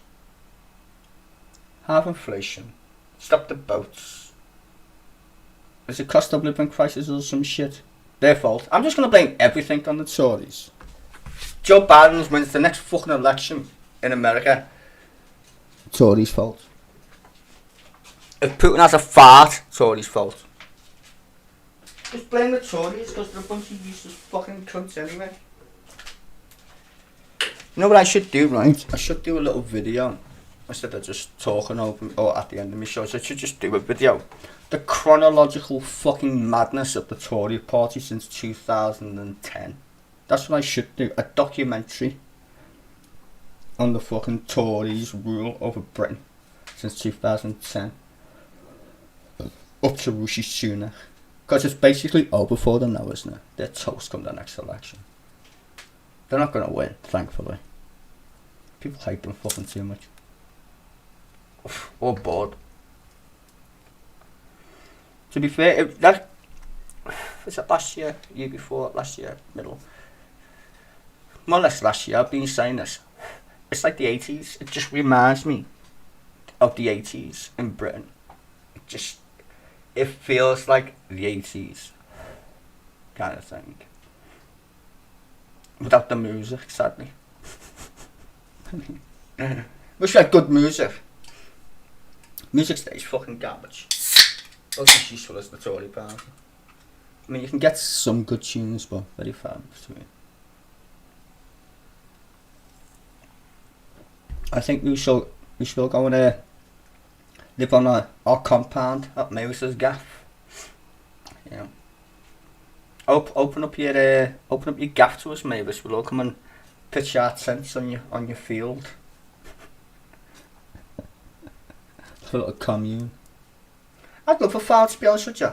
I've always thought if I wanted to do anything, or if I ever got rich enough, I'd just have a farm. I wouldn't even kill the animals, I'd just leave them roaming about the place. Order some Nando's and shit. No, but I'd like a farm. The only thing about farms is, you never get good internet unless you have that like Starlink, and that costs a fortune. I signed up for that beta ages ago, the Starlink one, you know, the Elon Musk one. It's about 70 quid a month. Or something like that. To be fair, my phone bill's not that high. But it's Wi-Fi though. Some kind of Wi-Fi shit. But you should. It's fast, Mavis. I don't know, because where I am, they literally fly over my fucking house. Like literally, if you look on the maps where the little mad satellites are, they literally fly over Liverpool before there were UFOs. There's a fucking line of them. Everyone's like, oh, there's UFOs. It's fucking Starlinks fucking in the sky. So they're pretty close to where we are, like overhead. So hopefully I'd get a good connection on it. I think mine's 150, something like that. So I'd have to check. I mean, 70 quid's a bit steep, but then again, everyone's bills are going up soon anyway on the internet, aren't they? But like, what is it, like 15% or some shit? Fuck knows why. I didn't know it costs more money to give me the same amount of fucking internet as I use already.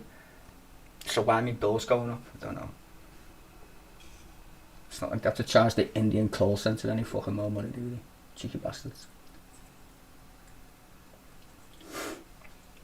And soon the poor Indians will be out of job because they'll be using fucking AI next. If you got any questions, you should be speaking to a fucking robot. It'll be faking its voice and it'll be telling you exactly what you need to hear because it knows everything. Yeah, well that means if you can see them going over your thingy, it means you're probably going to get a good connection because it's right above you. It's harder if it's got like overcast, foresty type shit. Because there's some place in Canada that gets it. It's like in the middle of fucking nowhere. Some mad little village. Elon Musk give it to them for free. He's like, yeah, you can have it. They don't even charge for it. Just give it to you because it's in the middle of nowhere. Which is kind of the point of why he's starting. He just wants everybody to get the internet. So, and he can give it away for free. It's his fucking company anyway if he wants to give certain people it for free. So yeah. I will admit that was a lovely spliff. Yummy yummy on a Sunday.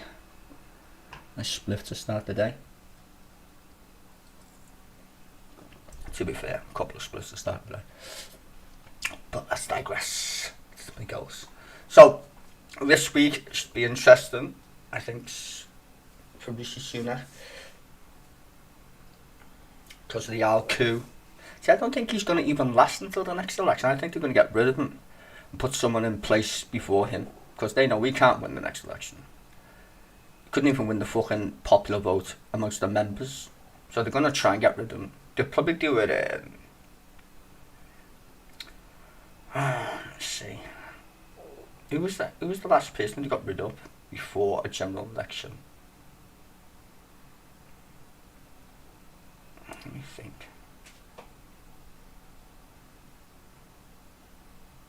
It could be a Michael Howard situation, maybe.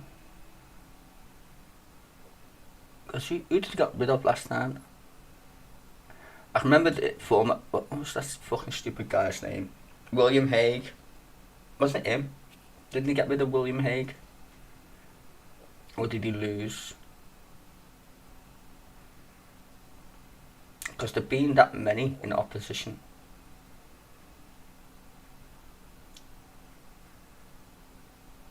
I think how many was there?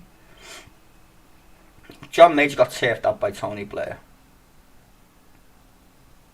And then you had Michael Howard. That stupid baldy head who did the Universal Credit. What was his fucking name? What was his name? Fuck. He's a twat as well. Anyway, he was the leader. He was the opposition leader for a while. Pan face.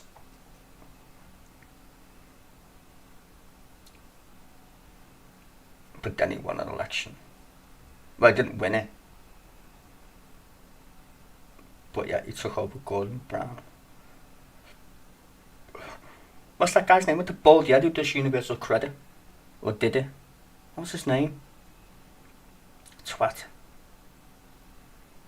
I can literally see his bald head. Can I fucking remember his name? No. I keep wanting to say David Davis, but it's not fucking David Davis. And it's definitely not Ed Davies. I don't know why I'm saying Davis. Normally good with names of these fucking mad politicians. I can see him, he's a backbencher, baldy head. Did Universal Credit. Anyway, he was one of the leaders, wasn't he? See, if they get rid of Rishi Sunak though before the next election, that means it's going to happen sometime this year to put them in place for the next election. What did he say? 18 months. It's a year and a bit. So they have until the end of the year. I can't see the end. What month are we in? August. When if he lasts till the autumn statement, then he's probably going to run the next election. Though I doubt it very much. Has he got enough support in the party? A lot of the backbenchers already hate him and want Boris Johnson back. Priti Patel called them all fucking idiots yesterday, which is funny. I like the way she used the phrase leadership. She said the leadership has fucked the Tory party. I think you was in leadership. You got sacked twice, you dozy bitch. Honestly, these politicians who get sacked, just go away, shut up and don't speak. Just don't say anything. I mean, the only person worthy, I suppose, maybe, and this is going to sound ironic, but also true, the only two Tory leaders, technically, was that 3? No, it is 3, isn't it? David Cameron won 1. Afterwards, didn't he? Yeah. And then did the referendum and lost. Okay, so we won 1. What's her face? Theresa May just about won 1. Brexit. then got kicked out. Then Boris Johnson, Brexit again. That was against Jesuit as well. Stumped. And then we had Liz Truss.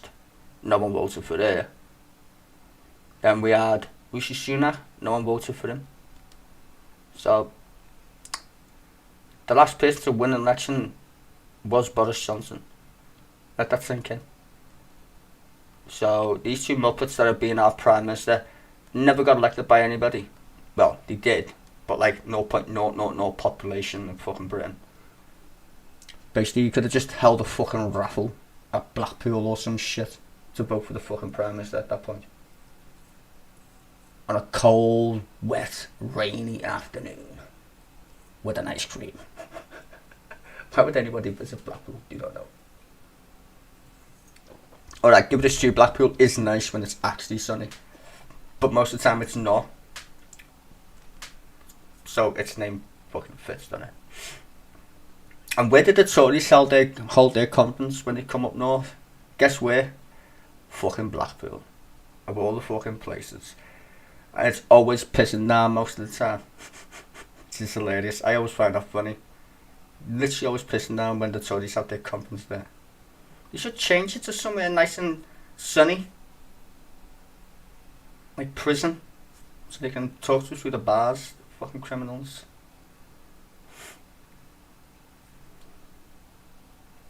I still want to know where all that PPP money went, to be fair. Like, that died out quickly, didn't it? The PPP scandal thing. Like, that bird apparently doesn't exist anymore. How much did she get paid?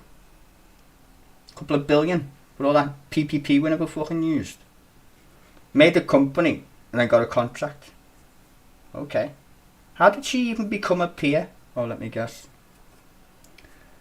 She's rich. Was she even an MP? That lady with the blonde hair, who allegedly robbed the country. Don't know. She vanished. Stupid cow. I wish the Tory party would vanish, to be honest with you.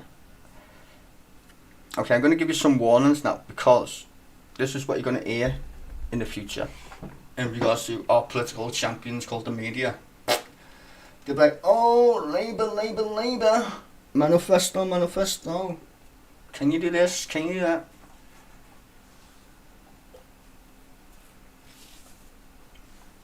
There's going to be a gaffe moment somewhere. You know, in American politics, they always call it the October surprise. That's what they call it in American politics. The October surprise. So there's going to be something weird that happens between now and the election. I don't know who for. Clearly I'm not a fucking genius that way, but it's always something. Maybe a scandal. I mean, they've been trying a scandal, haven't they, with the Labour Party, with that one there. That's not much of a scandal, though. Fucking MPs are shit anyway. It's not new. I think people are immune to Tories getting arrested and, well, MPs getting arrested. I think people are immune to that now. We all know they're full of shit anyway. Especially after the expensive scandal. You have a laugh. I mean, you know the funny thing is, everybody knew that they were thieving bastards anyway, so I don't know why people got shocked about it. Breaking news, MPs take the piss with taxpayers' money. They already take the piss with taxpayers' money. They've got second jobs. Who the fuck do you know who gets paid 90 grand a year? Or it's about 90 grand a year, isn't it? About 90 grand a year. One, no qualifications for the job. What? I hear you cry? Yes. Good luck for you, turning up to a job that pays you 90 grand without a qualification. For the job. Well, politicians are special. Got that shit right. Second of all, you can sit in the House of Parliament. Not required though. It's not required. As you can tell, Matt Hancock's job was to be an MP, right? Where did he go? The jungle makes some money, you see. So they waste our money. Second of all, too many of them. If you know there's nowhere to sit, there's too many of them. What's PMQs? Way too many of these people get paid. You know what you need to do? Make the people who live in different little counties, make the county bigger. Just make it bigger. We get less MPs. Just make it so everyone's big enough where people can sit down in the House of Commons. Get rid of them. Then we can move on to the House of Lords, which is also full of fucking retards. Hereditary peers. Get them out. Right. Get out. Now. You're done. I think we shouldn't have an elected full house, a second one. I think we should have a 60-40 ratio, give or take. I still think some should be appointed. Some, to be fair. But only them people that are literally worthy of being appointed, right? Worthy. Not just because my mate said so. There should be like a committee who decides who goes to the House of Lords, right? So it should be cross-party, like we do now when we're doing like investigations. It should be cross-party. So, you know, there's some merits to what you've actually done while you've been in Parliament instead of just being thrown in there because your mate said so. Or getting awards there. And the other ones, I would give it to regional mayors. Good a bit. Just give it to regional mayors. So at least you know they're already elected. And they've been elected not by MPs, they've been elected by the actual whole shebang. So he's accountable. He can lose his seat, right? So there's a reason for them to be there to champion for laws for their region or whatever. So that would make it handy. So when we reform the House of Lords, call it, you know what, keep the House of Lords, but you don't get a title of Lord anymore. Fuck off. You know, you don't get a title. You just sit in the House of Lords. Keep the continuity going, but you're not allowed to call yourself a Lord. That's gone. Stupid. Gone. And then the Commons, make it smaller. Happy days. Our democracy would run a lot faster, a lot quicker, and the people that are accountable is a lot less. And that would make it easier for people to say, who's representing me? And then you know who to fucking not vote for in the next election. And you could actually use proportional representation to get your mayors in terms of you use proportional representation to get your MPs, sorry, and then you do the same thing to get your mayors. So it's all making sense then, right?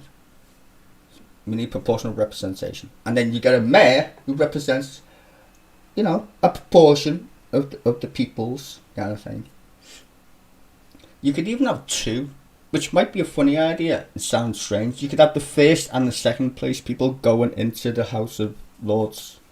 Depends how many regions you'd have as mayors, because I don't think you'd just have enough mayors. You'd only have like 7 of them or some shit. So maybe if everybody had one, you'd get more. But in case you don't, we could have a vice mayor kind of thing, maybe. I don't know. I wouldn't call him opposition, but somebody who also represents the second biggest population or whatever. You know what I mean? Because that would give some continuity then. But the other guy would have to work with the other guy or other girl kind of thing to get shit done locally. I think that's the case now, right, sometimes. So that would be cool if you could put them in. I know it's still called the House of Lords. I don't want to get rid of our traditions in that way. Like stupid names. I like the stupid names. I just don't like people having stupid names. Like Sir Bob. I don't mind calling King Charles because he's literally the fucking king.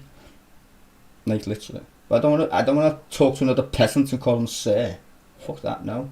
Don't mind being a pleb, but we should all be equally plebs under the king. Fuck sirs and lords and counts and all that shit. If there's only one dude, I'm happy with that.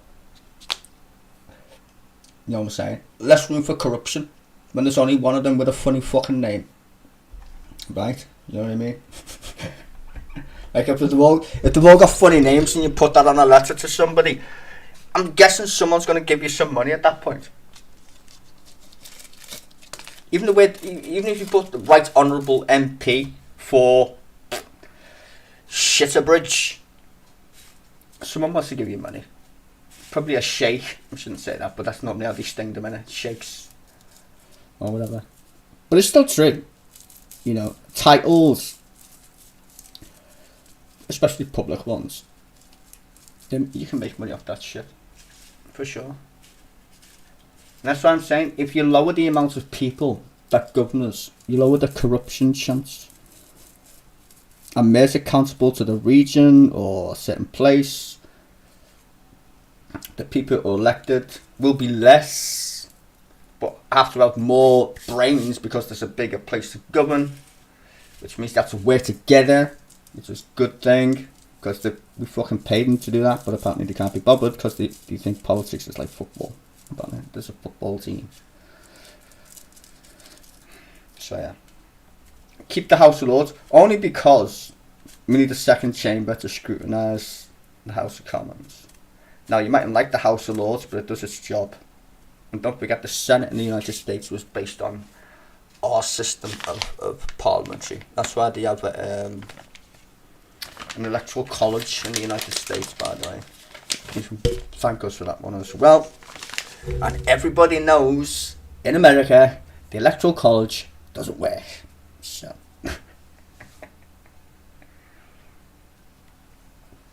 their voting system's mad.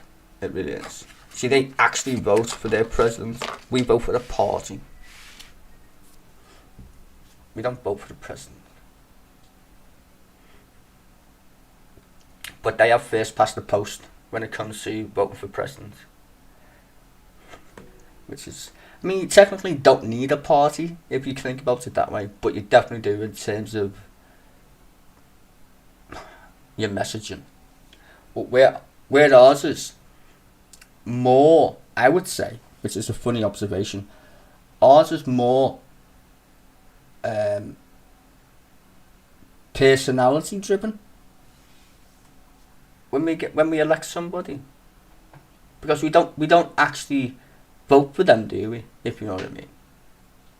We vote for the parties, but if you won't vote for the party if you don't like the dude, it's kind of the opposite in America.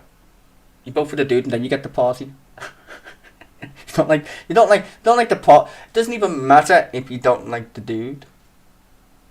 That's what's gonna win, the dude or dudette. If it was Hillary Clinton or whatever. So yeah, but where ours is ass backwards. You could like the guy, still lose. I mean, by a landslide. It's not like Bush versus Gore, where it went to the Supreme Court or whatever. No, like a lot of people like Jeremy Corbyn, he couldn't win anyway. He was never going to get the amount of seats he needed because of Scotland. Scotland sent 13 MPs down to Westminster. 13. That's one of the biggest numbers they've ever sent to Scotland in fucking forever. People forget that. The SNP forget that. Or SNP voters. They put the Tories in power. There should be some woman on here who used to come on my TV, I was going to say TV shows, on my streams. And she's an SNP voter. And she's English. Huh. I don't know. But I used to explain to her all the time. Labour can't win while the SNP are in charge. And she's always like, but I hate the fucking Tories. Well, yeah, so do fucking Labour voters. It's not like we vote for them unless Brexit happens and then you have to bite your lip. I didn't vote for the Tories, don't be silly. But a lot of people did in the north, which I found shocking, to be honest. I thought they would have voted UKIP or... Well, yeah, UKIP. I thought literally to vote UKIP. But they didn't. I thought, oh, no one in up north's going to vote fucking Tory. They fucking did. Shitloads of them. That threw me off. I knew they were going to lose the red wall. But I didn't think they'd lose it to the fucking Tories. Which was mind-bending. I predicted that about 7 months before the election, by the way. Nobody believed me. They were like, you're crazy. That's not going to happen. I was like, what's this space? I explained it and everything with a fucking map. Like, I've literally got the evidence. Here's a map of Britain. Yeah. Look at all these lovely seats. Look how many's in Scotland. Look how many seats you need in the House of Commons to win a majority. You need them Scottish, you need them yellow ones, mate. You can't win without them. Facts. Probably. Well, there was enough of them to go independent or some other shit, because that was the Brexit vote. Everybody was trying to just. Everybody wanted Boris Johnson to get it done. That was the entire point of Boris Johnson. Theresa May screwed the pooch, clearly.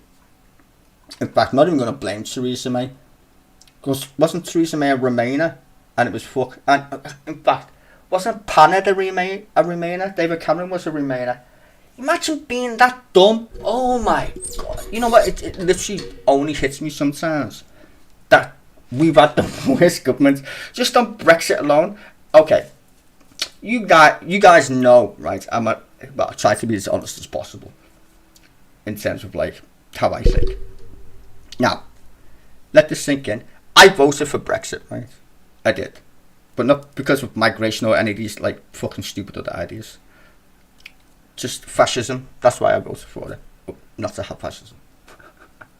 Not because I like fascism. Anyway, point being is, if fucking hold on, just try to roll me spliff. If David Cameron never asked the British people to a referendum, would we still be in the EU? Put your hands up in terms of, what I say, would it be a fucking issue if we were in the EU? If he never even raised the idea, do you think we'd still be in it? I know 100% we still would be. And it wouldn't even be an issue.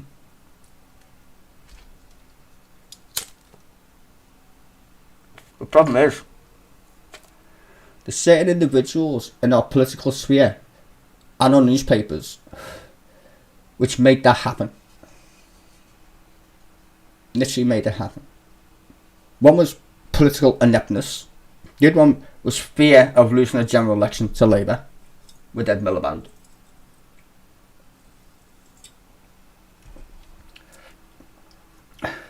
These are all mad things that happened. Like I said, I should make a video.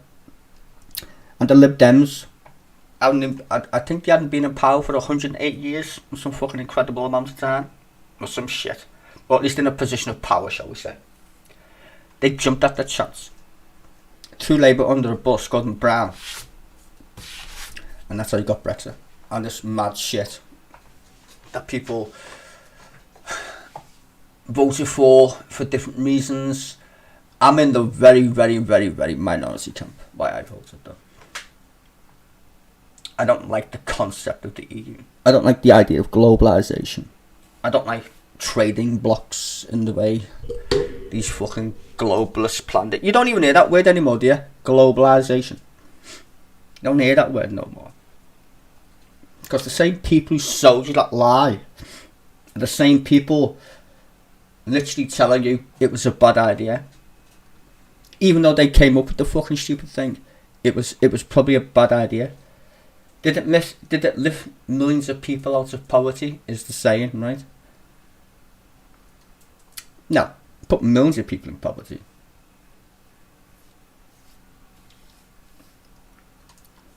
Because the people who they say are lifted out of poverty would have got out of poverty eventually anyway.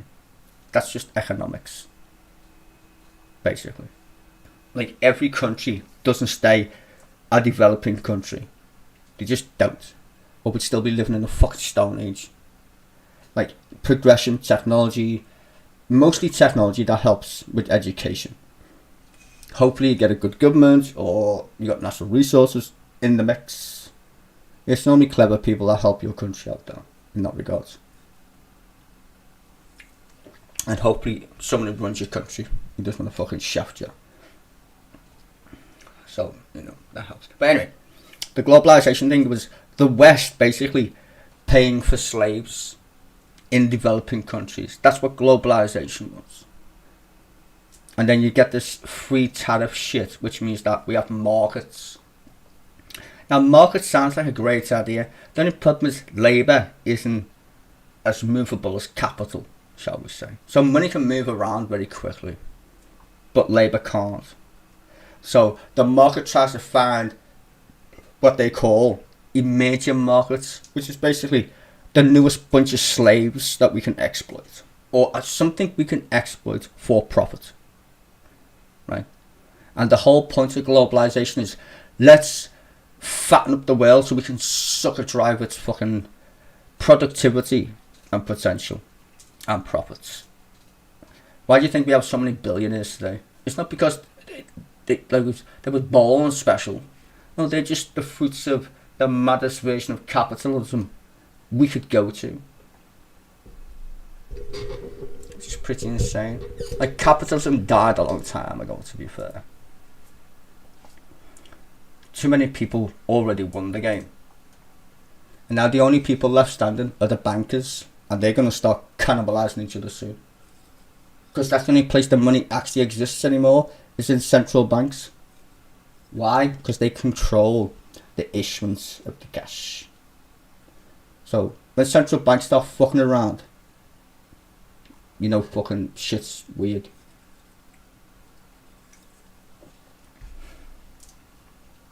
The Bank of England is supposed to send a letter to the Prime Minister every time he fails to hit the 2%. It doesn't even get that letter anymore. Doesn't even get that letter. The target for inflation is 2%. By law, that's what the government tells the Bank of England to do. That's your target, do something about it. And then the government complains when the bank puts up interest rates and says you did it too slow or some shit like that. No, the government, you've only given them one tool, which is put up rates or take them down. That's to control money. They can't do anything else. They can print money, buy back bonds, yeah, quantitative easing. But that's more like liquidation. That's not the bread and butter, really, of what's going on in the economy. So if you want to control inflation, then yeah, we put up interest rates, contract the monies, then other plebs start getting mad. But the government, with its own policies, can counteract that, which is funny. They could increase, first of all, the tax income by lowering taxes on, I think, anybody, Labour or Tory, would think this would be common sense business. Not the big gigantic ones. No. I'm talking about Bob, Abdul, Mary, Betty, whoever. The little local shops where you go in, get your hair done, you go to your local cafe. Them places are the backbone of Britain. Not the giant supermarkets that sell you everything under the fucking sun. As I'm not gonna lie, they are handy, right? But the vast majority of people, if you live in a little city or a city, can easily find their local delicatessen somewhere, right? They definitely need way more help because, one, they keep the high street going, for sure, especially food and stuff like that, because people like to have a nibble when they're out. So I'd lower taxes on them people. In fact, make it virtually free, right? Make it virtually free. You've got a good business and you're paying taxes, right? Just make it a business tax in terms of the more people you employ, the less taxes you have to pay.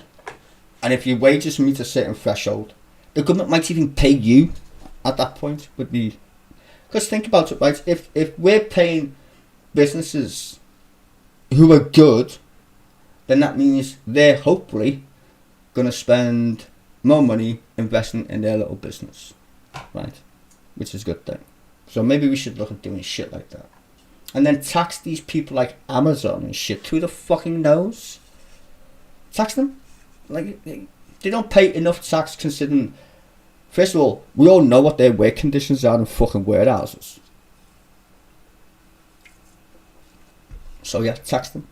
And if Amazon says, well, the only reason why we can provide you these lower prices is because of our working ethos.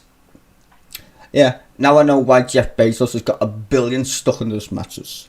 Because he's a twat, right? Me just saying, you don't get a billionaire by being that, what should we say, generous. Because you still got £1 billion. If I was stupidly rich like half these people, I'd just be like, well, I've got $1 billion and I know I can still have $1 billion because the interest on $1 billion you can live on quite happily, in case you don't know that. And then everything else I would just have a laugh with, basically. I'd like have my own national lottery, like literally. That's how much money I've got. I'd have my own lottery firm, give away money, or give it to charities. Just do something with it other than I can't count that high. It's a bit excessive. I know when you got £1 billion or $1 billion in the bank. Can I ask you a question honestly? Would you ever check the bank? Would you check the bank? It's like, it's the possibility of you asking someone to lend you a tenner is so extreme. You got more chance of being hit by lightning at that point, or winning the lottery as a billionaire, which is equally impressive when you're talking about odds. So yeah, fuck rich people, eat them. Not all of them. One person I do like, and people be like, oh, here we go. I do like Elon Musk. I do like him. First of all, he smoked a spliff on Joe Rogan. How can you hate people who smoke weed? That's like a mass murder or some weirdo. But yeah, I like Elon Musk. First of all, change the car industry. Now everyone talks about electric cars, thanks to him. Just saying. And PayPal came up with that with his mates. I mean, everyone uses online transactions now, thanks to him, which is cool. And the last but not least, which I think is, because I'm a nerd, the most awesome thing. I've never seen someone fire a rocket into space in my entire life and it landed back on actual planet Earth. That's the best thing. If someone said to me, what's the most amazing thing you've seen as a human being in your lifetime? Someone literally fired a rocket into space and it landed back on Earth. I've never seen that before, ever.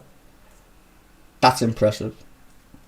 Considering how much money NASA wasted and everybody else wasted. Couldn't someone have just thought of that ages ago? Like, should we just bring the most expensive part back down to Earth and land it? You know, so we don't have to build a brand new one, which cost about 10 billion quid. He's like, nah, I kind of like the expensive bit. Bring that back here so we can reuse it. Like, think about that. The most stupidest thing you would think, which is the most cost thing. Why wouldn't you want to bring that back? Why wouldn't you want to bring back the thing that cost the most money? The fucking rocket. And he's like, no, I definitely want my rocket back, thank you very much. Do you know how much money, like people say Elon Musk is the richest man in the world? Nah, he's not even close to being the richest man in the world. He hasn't won. He owns a space company, in case you weren't paying attention. That thing is about 20, 30 times. You know what? It's worth that much money. You couldn't even value it. That's how much money that company's worth. And people invest in all the time in this space thing. Give him billions. You know why? He's proven he can do it. Just, he's mad, yes, I totally agree. But he's proven, watch this, I'm going to beat every motherfucker. Countries, bro, countries. He is making countries look inept when it comes to, like, can't you just get on and do your jobs kind of thing. He's a 1 billionaire. Imagine a team of them got together and said, shall we do something useful for humanity? That's just one guy, one dude, and there's fucking loads of them. Loads of them. You don't see them fucking trying to make electric cars or change the world or do fucking interesting shit. Nah. What they want you to buy my iPhone, bitch. Leave me alone, because I'm a narcissist. Don't talk to me, you pleb. How many interviews? And in fact, how many rich CEOs do you actually see talking as much as Elon Musk? Or rich people in general? I mean, as in Jeff Bezos is like a fucking little hidden ferret. You never see him that much. He's got just as much money. You don't see him doing anything useful at all. His spaceship looks like a giant dildo, which is hilarious. And that's broken. It's like fucking wiener shit. Rishi Sunak's wife's richer than Musk. I don't know about that. He's the richest man in the world. I don't know. And he owns a company that he said, so far anyway, he's not going to put on the stock exchange.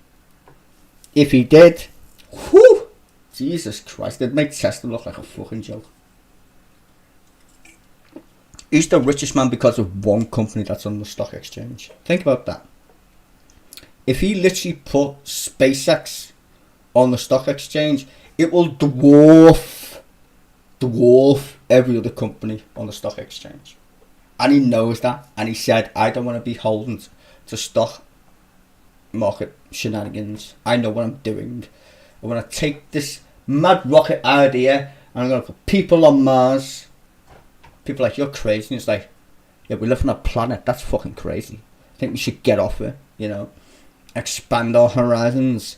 We're in the womb of our mother. We need to, you know, be mad little, I wouldn't even call us teenagers yet. Adolescents. You know, we need to get out there. Explore the back garden, which is the solar system. I mean, it's going to be hard to live on Mars. First of all, gravity's not the same as on Earth, so you're going to have funky ass bones, which is true. Common sense. Radiation's a fuckeries, so you're going to have to live like underground. It's going to be mad. So first of all, you're going to have fucking medication up your ass every day for fucking vitamin, whatever, D for your bones. Don't know how they're going to fix gravity. We can't even do that. But yeah, living on Mars would be interesting as humans evolve there. Because I think they'd be taller, skinnier, because it's got less gravity. I don't know how the gravity works on planets. You get bigger when there's less gravity, right? Because there's less shit holding you down. If that's correct, I think so. Anyway, so yeah, and you get thinner bones, thinner bone density. In space, you lose all your bones. You don't need them at all to stand up. So space is a bad idea. You can't live in space unless you're on a spinning thing. It's 2001 Space Odyssey. You need an anti-gravity spinning thing in space. It's a centrifugal force, so you're pushing down. It's kind of like living on a planet, but it's in space. But anyway, Mars is mad, but the concept is correct. I mean, even going to the moon's a good idea, to be fair. Moon's got even less gravity, so I don't know how you're going to live on the moon.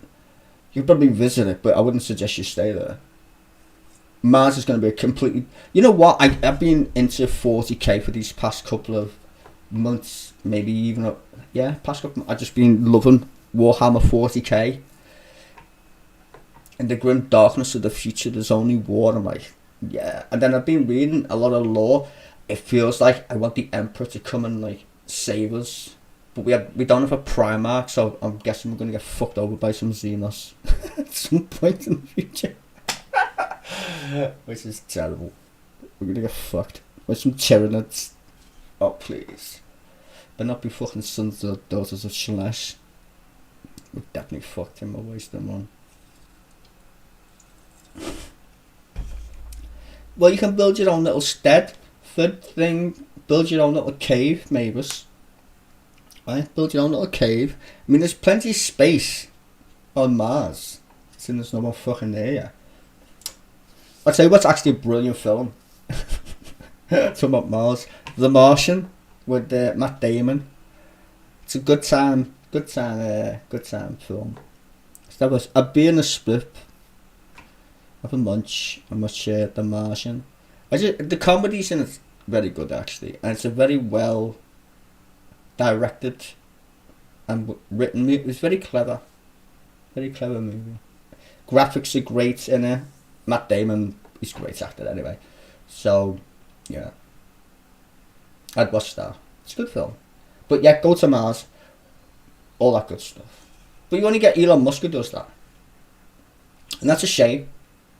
Like, look, the Saudis, they're building a giant 20-mile long, I don't even know how fucking long it is, a massive city in the middle of nowhere for no one to live in.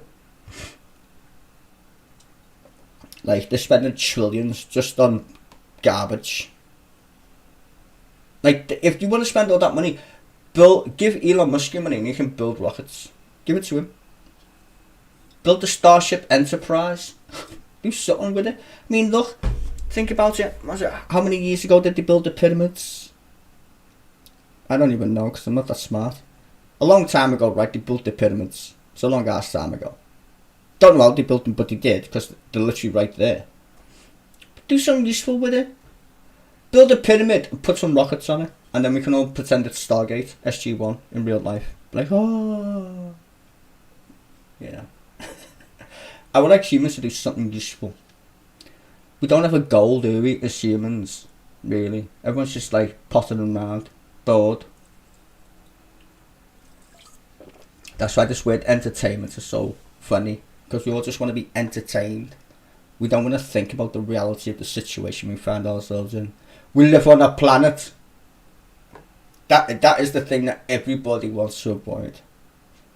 We live on a planet in the middle of fucking nowhere. In fact, nowhere somewhere compared to living in the universe.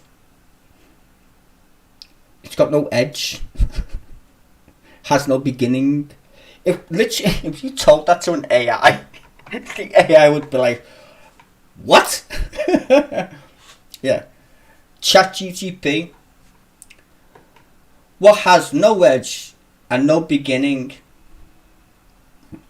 What is it? The AI would just kill itself. It would. It'd be like, is that a trick question? No. No, it isn't.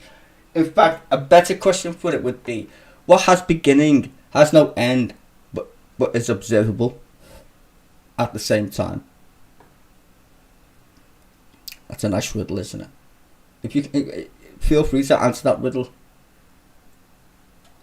What has no beginning, no end, but is observable at the same time?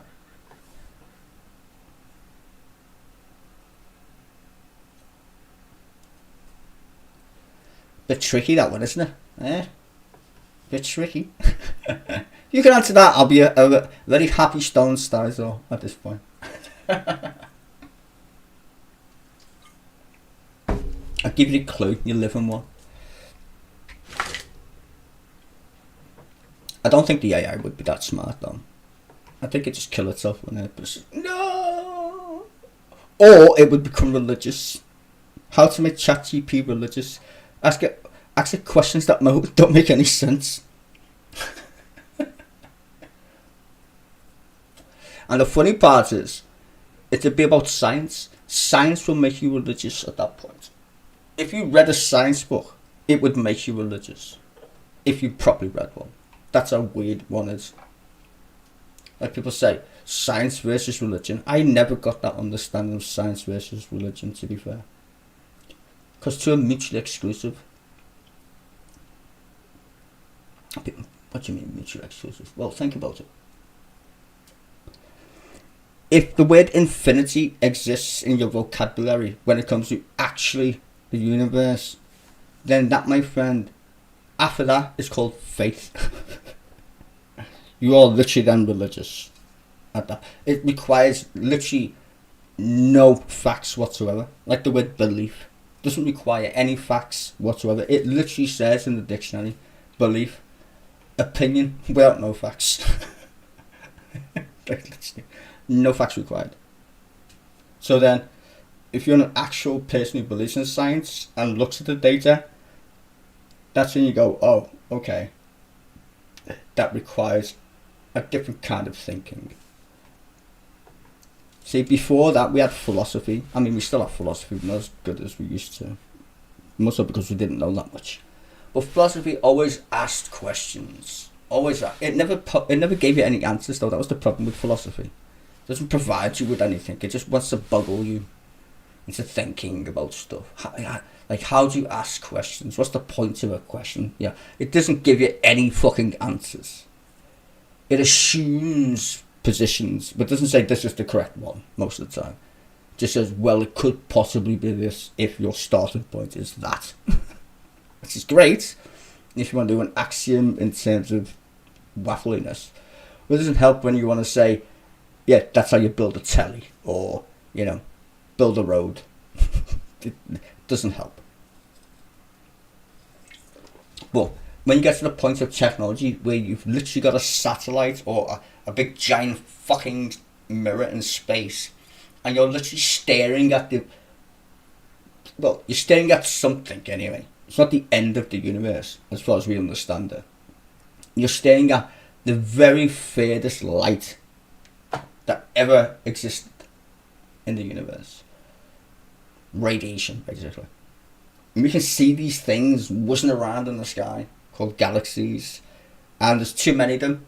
There's literally more suns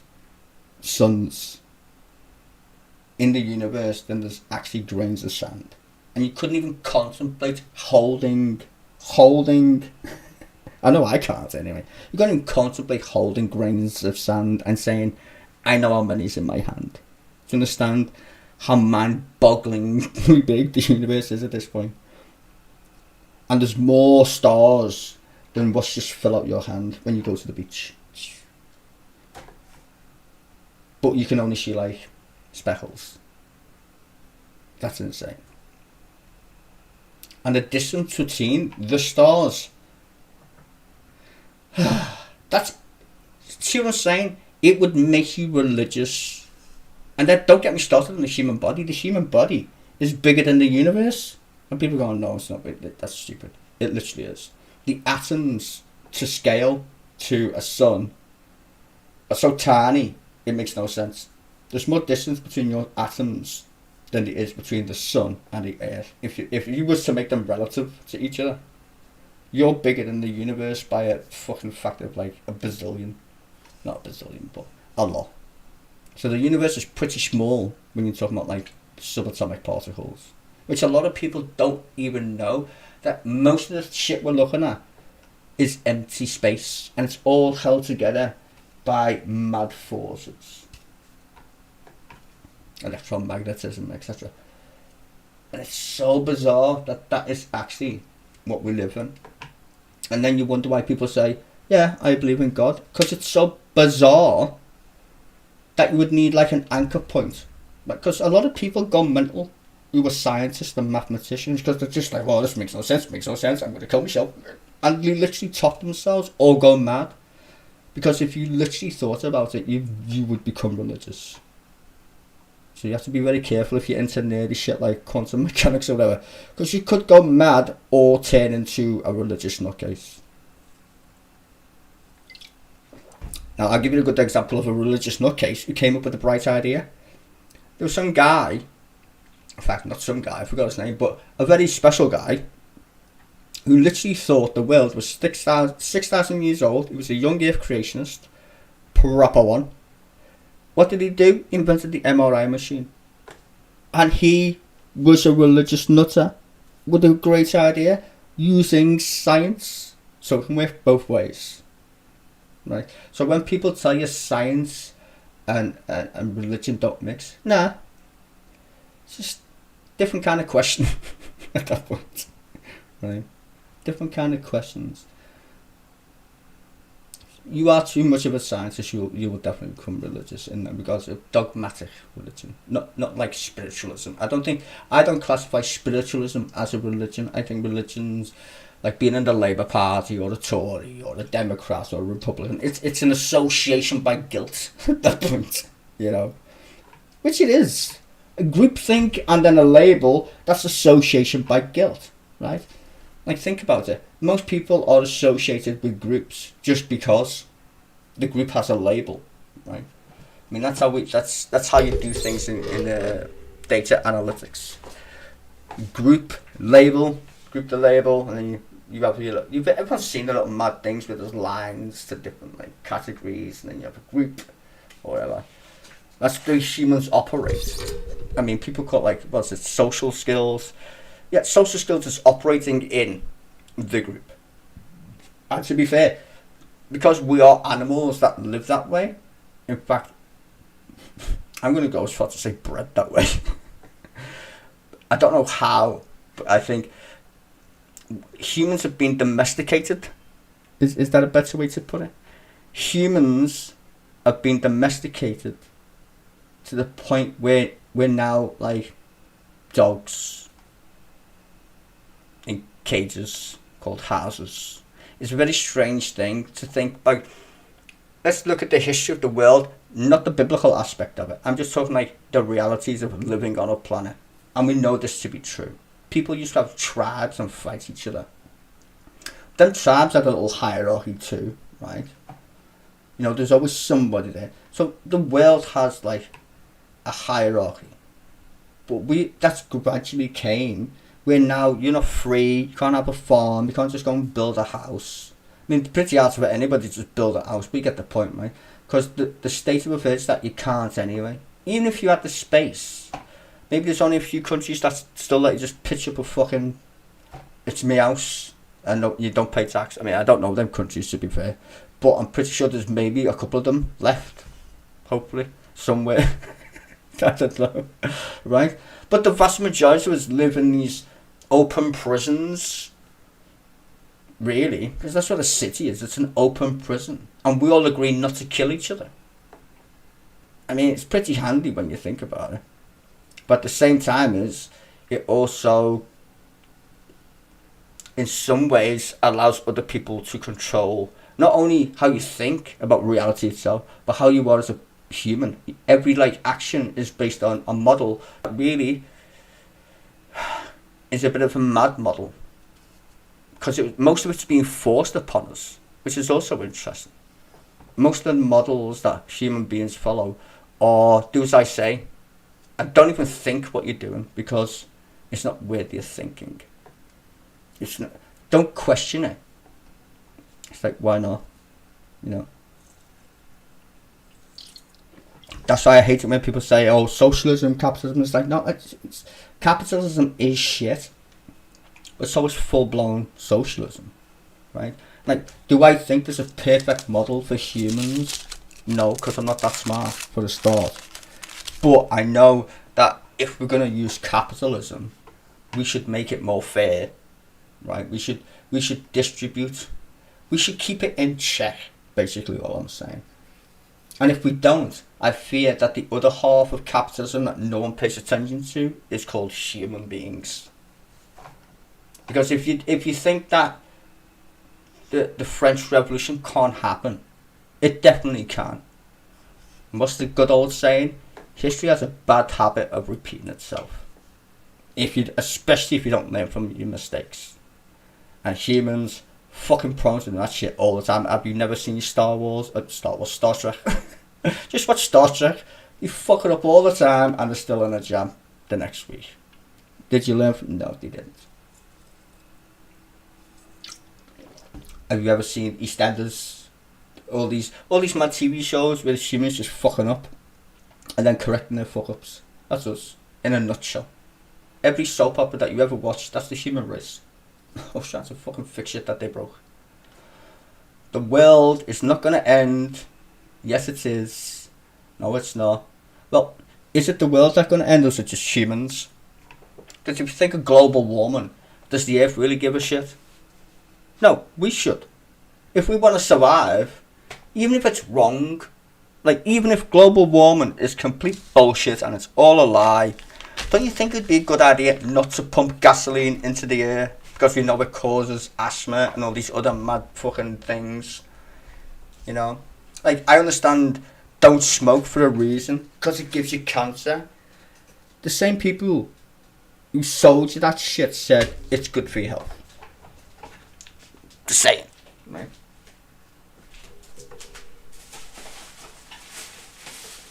It's good for your health to smoke. No, it's not, so don't smoke. If you ever come across this and you're a non-smoker, don't even think about it. Bad for you. Unless you're smoking a spliff. It's different. And make sure you do it raw, because if you have tobacco when you get hooked on the tobacco. Cannabis is not addictive, and anyone who tells you otherwise has a mental problem. Not a smoking one. Just a mental one. Then be facts. You get some people who have mental conditions who will literally tell you, I need marijuana. They don't. They like it, but they don't need it. There's no chemical in marijuana that makes your body addicted to it. But if you've got certain medical issues, it will do that to you anyway. But that's not a body thing though. That's a mental stability thing. Yeah. Some people get really happy when they smoke weed, feel relaxed. First of all, it's better than any drugs you will take if you're that way inclined and you like to just chill. You know, you don't want to take no fucking opioid shit. Fuck that. I'd rather stay mental. I'm not talking about if you're mental though. If you are mental, stay on your whatever you're taking by your GP. Because I'm not your GP. Don't take any advice. I'm only talking about smoking spliff and being casual. Now this hard prescription shit. Go see your psychiatrist. I like it. No, seriously though. So like, I don't smoke weed that much. So you just smoke loads of it. That's the problem. So now, actually, I enjoy more smoking weed now than I did when I was always stoned when I was younger. You can appreciate being stoned a bit more, you know. You're always stoned. You're always just stoned. That's why I stopped. I just literally comatose all the time with the fucking constant munchies. Yeah, there's no reason to smoke. I'm trying to quit again. Trying. I'll do it before the year's out. I just want to stop anyway. Just continue doing. I'm really chesty. I'm old, so I need to just stop. I'll never stop smoking weed, by the way. Just want to clarify that statement. Just smokes in general. I hate them, but not weed. Them. I'll always have a split. Can you do that? Yes, you can. But what I'll do is I'll smoke my weed out of a pipe. instead of with tobacco. That way, I won't wake up going, oh, I need some tobacco. Instead, I'll just wake up normal and have a brew with me split. But out of a pipe. See what I'm saying, people? At the end of the day, everyone needs a vice. Doesn't matter what it is, as long as it's not like too weird. But everyone needs a vice. It's good for you. Keeps your mind off being religious and scientific too much, you know. Actually, I was going to watch a film yesterday and I forgot to press play. But it's on the BBC in case anyone doesn't know. It's called The Huntsman. It's a comedy heist movie with Matt Damon, George Clooney. But it's set in like, I think it's World War. It's either World War One or World War Two. It's a heist movie anyway. I love heist movies. So I'm going to watch that, I think, a bit later on. It's got fuck all to do. I thought Liverpool's playing today and they're not, which is shit. We play on Monday, so fucking no football to watch. Man United beat Wolves 2-0. So they're still points ahead. I just need them to drop points. I would love on the last day for Everton to get relegated and Man United to come 5th. That would be my perfect end to the season, considering we've been garbage. Let me add a caveat to that, and Arsenal win the league by 1 point instead of Man City. There you go. So Arsenal win the league. I should put a bet on. What you reckon? $5. $5 bet. Arsenal win the league by a point. Liverpool get Man United by a point. And Everton get relegated by a point. Oh, I'm definitely sticking $5 on that. That sounds too good to be true. I'm sticking a $5 on that motherfucker. Sorry, Evertonians. I love ya, but no. How much? I wonder what the odds on that would be. Fucking hell. I'm gonna check. I'm feeling it. I'm feeling like I'm gonna get millions for that bet. If someone puts that bet on, I swear, and you win all that money, give me some. Just a little. I tell you, and this is not an actual lie. This is the God's honest truth. When Liverpool played Barcelona years ago in the Champions League, they beat us 3-0 at the whatever the fuck it was called. Is it San Siro? Don't think it is, but whatever. Anyway, they beat us at their turf 3-0. I didn't even watch the game actually. I just seen it on the news. I said 3-0. I was like, oh shit. Well, I was feeling pumped, so I went downstairs and said, you know what? We're gonna fucking batter them 4-0 when they come to Anfield. 4-0. And that was before they even got here.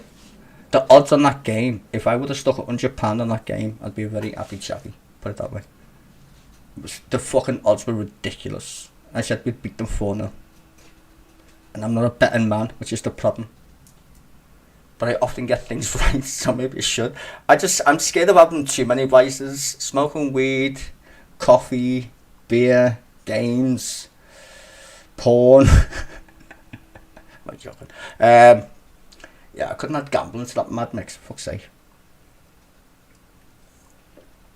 I just like when I'm right, I just wish I had the money. Like, because if I know I stick a $5 on, okay, I've gambled once in my life and it wasn't even my choice. I was only like 5, I think it was 5 or 6. I put a bet on the Grand National and won. I didn't see any money though. I think I got a picnic fucking mix from the shop. I put 50 pence on it in them days. And the horse that won was called Little Palada. There you go. Fucking hell, if you remember that name. Throwback. That was in the 80s, that as well. Little Palada. Yes, that's the only time I've literally gambled, really. And like I said, it was my choice. My uncle was like, yeah, I'll pick a horse for the Grand National. Fine. Pick that one. Didn't even look. I didn't even look. I just picked it. Fucking won the fucking Grand National. 50p. It's a lot of money in them days. 50 pence. Fucking hell, you can buy a bag of chips for that. Probably buy more than a fucking bag of chips actually. Something like that. Good old days of the 80s. I hated and loved the 80s at the same time. I thought the 80s was a great time to be a kid. It was just so mental. It was harsh, but it was mental. And honestly, I wouldn't change it for the world. It was a fucking crazy time. Toxic rights and everything. I weren't born after toxic rights. I'm not that fucking old, but that was just like literally as I was growing up, all that mad shit was happening.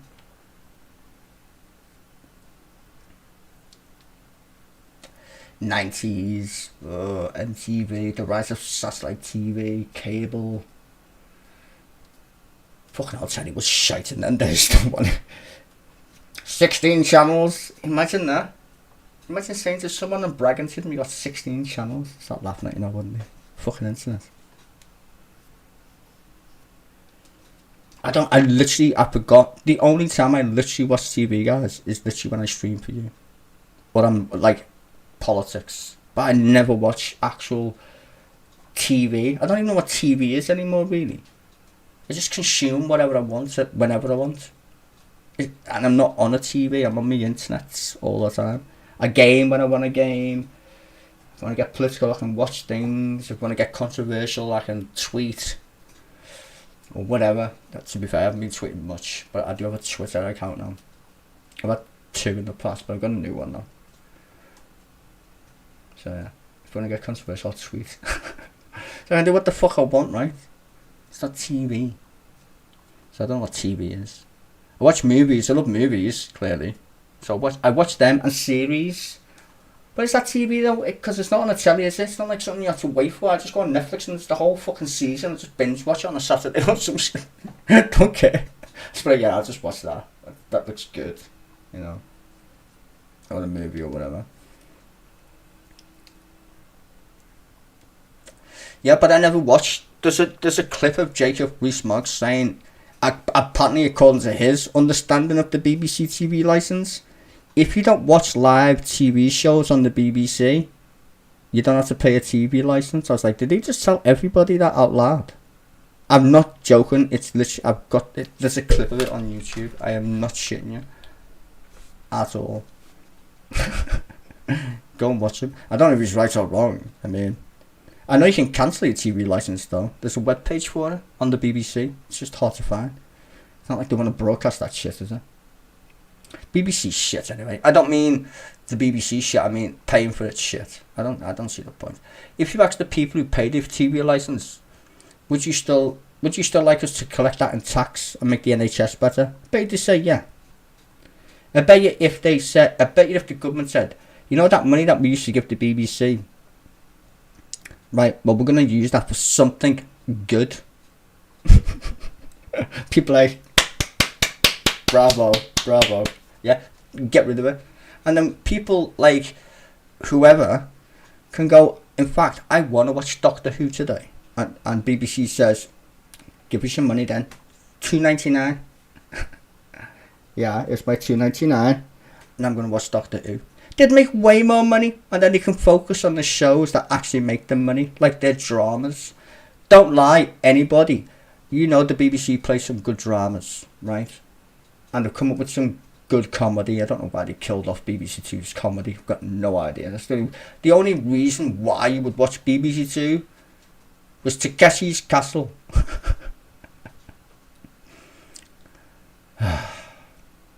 University Challenge. Maybe.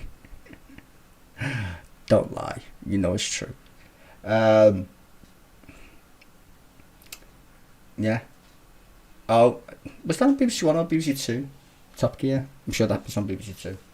The Office.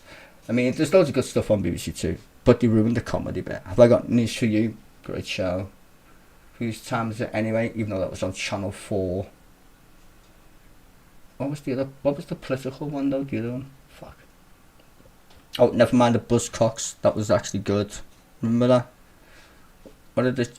What's the other one? What are the scores? George Dore. That's where Matt Williams came from before he did Little Britain. He was from what the fuck was that called? What was that fucking called? Yeah, never mind, Buzzcocks, right? Yeah, that was it. So that was good. No, they've had lots of good things on there. People would pay for that though. That's the point I'm making, and you wouldn't have to like subscribe and click a button that says if you got a TV license. You can just sell it to everybody. Doctor Who, fucking hell, that's one of their biggest exports. They made another one, Cumberbatch, whatever his fucking name is, fucking Sherlock Holmes. That was great. What's the other one I just watched on there that I actually liked? His Dark Materials, and then it was on HBO. I don't know why it was on HBO, but they got rid of it. But I watched that. That was cool. It started on BBC Two, if I'm not mistaken. It was on BBC iPlayer at least. In fact, it might have been on BBC One. But that was good. Anyway, so yeah, we make good shit. It's just I don't see the point in paying for it the way we do. It's taxed a bit weird. Like, if you're 70, you still have to pay a TV license. I don't know many 70-year-olds who watch the telly, to be honest with you. They watch Netflix and Amazon. They don't watch the BBC. That's a minority blow. I'm just saying, that's really small. Most people have got the internet as well, that's the thing, on the telly, so they don't even need that kind of shit. They just watch, the kids can watch whatever they want. Because you got Netflix Kids, Amazon Kids, movies. Like, they don't need to wait for fucking CCTV anymore. That's why they binned that off pronto, didn't they? Now it's got its own channel.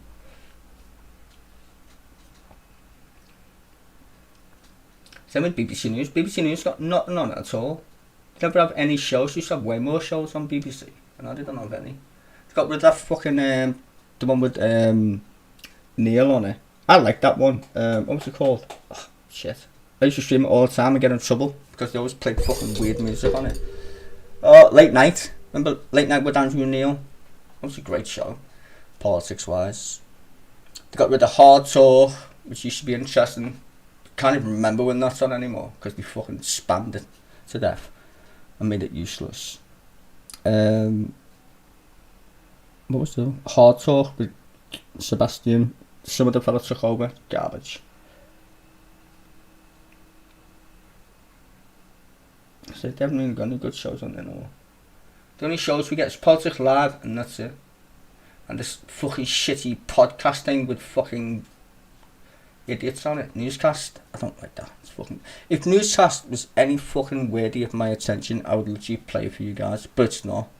It's literally the BBC faffing with each other over the BBC. It's just weird. Like at first it was interesting. I was like, oh okay. But then I'm like, no. Nah.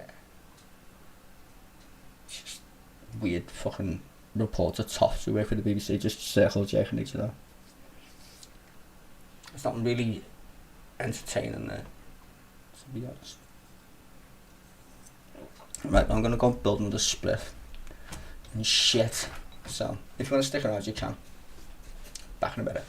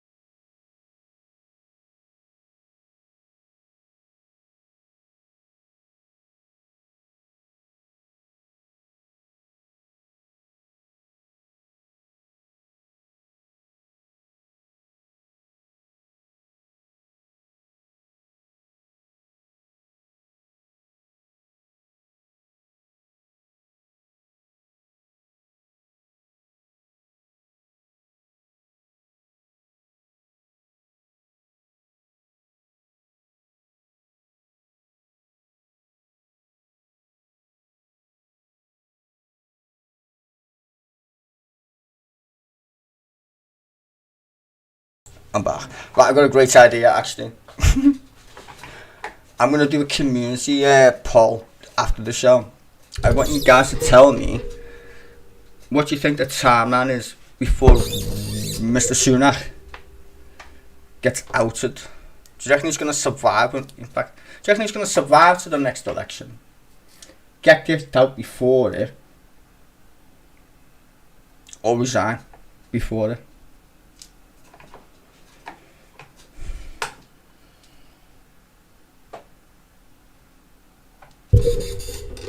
Think about it. Do you reckon he'll survive? Resign?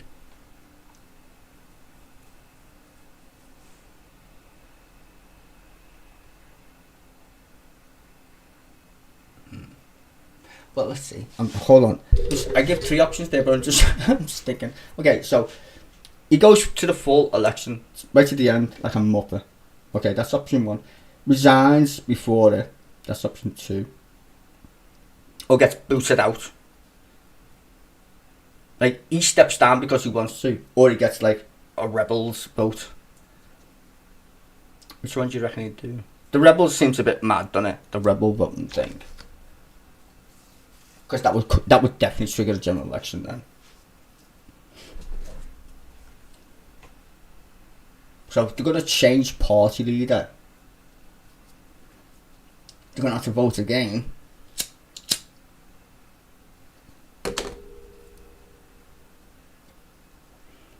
He's going to do a fucking stay in power fucking jig, any. Definitely. That means he's definitely going to lose the next election. 6 months and then resigns. Alright. This video's recorded, so Mavis has said in the side chat, 6 months and then resigns. Okay. I'm going to say he's a lot more arrogant than that. I reckon he's going to go the full hog. He get twatted at the election. Is he? That's what I'm saying. Is he another David Cameron when it comes to egotism? Because don't forget, David Cameron thought he was going to fucking win the referendum. How did that work out for him? Just say. I mean, shit, I could have told you that. Maybe I should be Prime Minister. I think anybody with half a brain knew the referendum was going to go to leave. Fuck all that shit on the buses. That's all nonsense. If you believed £250 million for the EU, for the NHS every day or whatever the fuck, you're stupid. You shouldn't be allowed to vote anyway. That's against the law. I would make it against the law. If I would give people civic tests before they get to vote. No jokes. Can you name your local MP? If you can't name your local MP, you can't vote. Just go away. Just saying. Like, no. You need to understand things before you can vote. No. Bad voter. Yeah, I'll say he's going to go the whole hog. A bit of a David Cameron, isn't he? In fact, I think he's worse than David Cameron in some respects. I hate his fucking smile. It's annoying as fuck. Mind you, I'd smile like that if I had £500 million in the bank. Trump. And a heated pool. Fucking hell. He's got a swimming bath in his back garden. You should open it up to the local kids. If he cares about them so much. Just so you know. I mean, you can afford it, can't you, to be honest with you? Imagine being that tight. Your constituents trying to, like, pay through their nose for just everyday things like, I don't know, bread, milk, eggs. This twat's building a swimming pool. Something's wrong there. Something's definitely wrong there. And he runs the country. When you think he'd be like, yeah, probably shouldn't build a swimming pool. The optics might look, like, think about the optics might look bad at that point. You're just thinking, yeah, don't do that politically. So imagine what he thinks of you actually then, if you can't be asked about them optics. Fucking cunt. You know what I was reading? Well, I wasn't reading. I was listening to a great interview last night. It's called The Devil and the Something. It's Sorry. The Devil in the Chessboard, there we go. My brain had a fart. Anyway, but it's written by some American dude who writes about the CIA and Alan Dulles. Don't you ever read of him? Very interesting fellow from the United States. And he had a brother. But he was the dude who technically created the CIA under Eisenhower. And the only reason why he got the sack is because John F. Kennedy became president. And then John F. Kennedy got shot. Just like a bit mad that, innit? I was listening to it last night. I haven't finished it yet, but it was a great interview. It's like, I think it's 11 hours long, the full audio book. But I found it by something Talbot, John Talbot, I think his name is. Talbot. But yeah, that's mad. I've got like loads of Noam Chomsky books actually that deal with like the state and whatever. Noam Chomsky is an interesting fellow. I don't agree with him on everything, but he makes some good points, I suppose. I do love his work in linguistics though. That's what he's actually famous for, he's a linguist. I wouldn't call him a fucking philosopher in that regards of like... Okay, he's a social commentator, but he isn't... His field of expertise isn't social studies, it's linguistics. So, that's what I'm saying. He's a very smart chap when it comes to linguistics, in fact. He is the chap when it comes to linguistics. But, when it comes to politics, you know... I can be fair in saying I've disagreed with him on a few occasions, especially with the whole 9/11 position he has. I just find that naive, really. Like the US government wouldn't do that, even though they literally planned for it. They was gonna literally, and this is not even a joke. This is literally declassified CIA documents. They're going to fly a plane, blow it up with American citizens on it. Pay attention. Blow it up. And they go, that was Cuba. It was them. That's called a false flag. Now, I'm not going all Alex Jones and Tilpole Hattery. But I'm saying is, that's actually true. That's not a lie. Right? I don't need any mad TV adverts like... buy my fucking water purifier or whatever. But that's actually a true story. Which is creepy when you think about it. That the USA would do that. And then blame another country. I mean, it's in Art of War, to be honest with you. It's not new. That's where they got it from. The whole false flag shit is Art of War. Which is mad. Fucking mad. But anyway, this Dulles fella apparently killed John F. Kennedy. Apparently. I don't know. To be fair, he makes a good case. I'm not going to lie. He does make a good case. And the Harvey Oswald thing as well is connected. Because he always said he was a patsy. I mean, there's a lot of weird things on John F. Kennedy. And then you get 9/11, which are equally weird. So... there's nefarious people in government, put it that way. And this is why we need to be careful with us, because people think it only happens to other countries, and it doesn't. Like, if you used to look outside, or if you used to look in at the UK, it looks pretty shit. Like, everyone's on strike. Government's garbage. I mean, it's like nearly a banana republic at this point. How many prime ministers have we had that we didn't vote for? Didn't vote for 2 of them. One lasted for 45 days. Sounds like fucking Italy, for fuck's sake. I hope nobody attacks us, because we couldn't run a piss up in a beauty, let alone fucking win a war. Like Suez Canal all over again. Fucking terrible. These fuckers would, they would invade us, we'd let them in. Yeah, take us over and fucking run out of money. Cause the Hugo Tories run the fucking show. Poor Hugo Chavez. Should not bit of that dude. Notice all the people who just don't like the dollar always end up dead. It's mad. Very mad. Gaddafi, hey yo, I'm going to sell my gold. All of it, because it's lovely. And my oil. In any currency you want to buy. The United States is like, what? I don't think so. Paid the French, bomb them motherfuckers. Used to be your colony, bomb them. So the French did. You know the French were the first to invade Libya, right? The French. Jet fighters from the French military. They flew there pretty damn quick. You know where 12% of the world's light crude is? In Libya. Sitting there, waiting to be pumped. Light crude means it's easy to get out the ground, basically. And it's good quality shit. But Libya has got 12%. And that's a lot in a little tiny place, considering if you look at where the rest of the fucking world's mad oil is.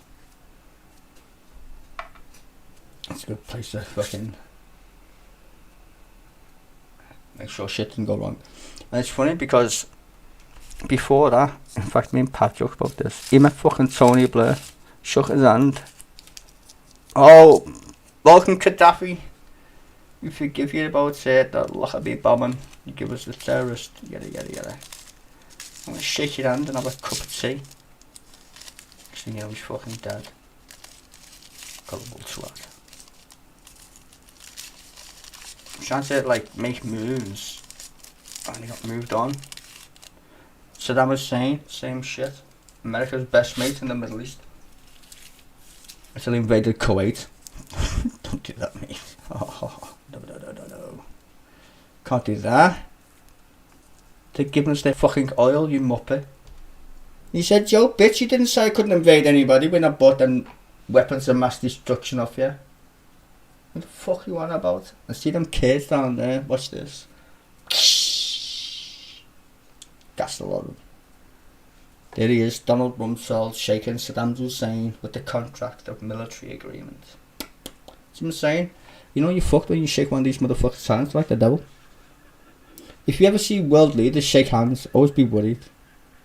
Always. Because most of the time it doesn't fucking end well. At all.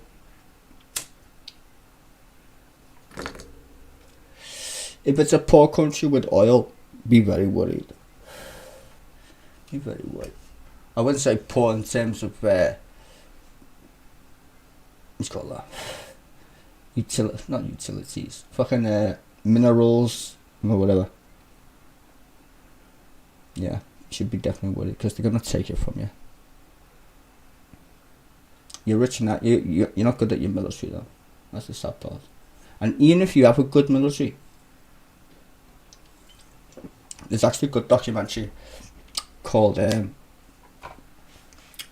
Confessions of an Economic Hitman. He used to work for the nefarious people, and he used to basically go and threaten countries with economic fucking destruction. That was his job.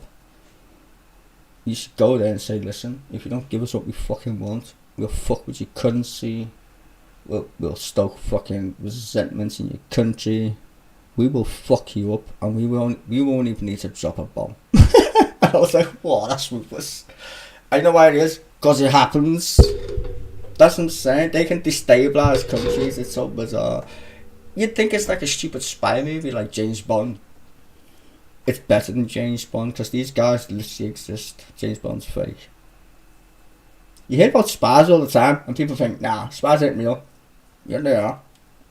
Fucking awesome. I love shit like that. Like, when you think about like movies and you think, nah, I mean, it's far-fetched, yeah. But the actual real-life version, like, that's why people like John Wick, I would say. John Wick is a great movie because it gives you like a story. Okay, it's not that real, but it gives you this elusiveness, and that's what spies, that's what James Bond brings, or what's that guy's name? Tom Cruise, he does the he just did this shit. Anyway, so the old, like, the spy thing is good, right? I like the spy thing. But the real version of it is even creepier, I reckon.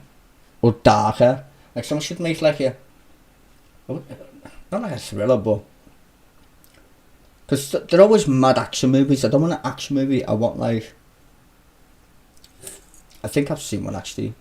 The English one. Oh, what's it called? I've seen one, but it's pretty weird. I can't remember exactly what his name, but it's about like a Russian spy or whatever. But I'd like to see one of them movies. Not like stupid action. Just like knowing that you're being chased, robbing files, you know. Like nothing happens at the end where they get caught. It's just the fact that like it's a thing. Like not a documentary. I don't want to watch a documentary. I want to watch a film about it though. Like actual spies. Like imagine being the Russian guy who literally poisoned that dude in London. You know what I mean? Or being the dude who got poisoned by the dude. Like that'd just be a mad thing to watch in terms of like a well written movie. Or a former spy makes one. I'd like that. Yeah. I like thrillers and shit though. So that should be intense. Let's be something mad like getting poisoned by, what is it? Fucking plutonium? I don't know. Begins with P. Some horrible little fucking radioactive thing. He only had a cup of tea and was fucking nearly... He died, didn't he? It was a cup of tea. Polonium something. They've all got numbers. Atomic numbers, but I don't know what it is. But it's definitely polonium something. Yeah, there's a guy, that Russian. And it only takes like a little tiny bit. And you're just dead. Didn't they track them with the fucking polonium? Because that's how like powerful it is. It's radioactive as fuck. So they could actually follow. They actually took photos of the two Russian fellas. And there's a documentary on that actually.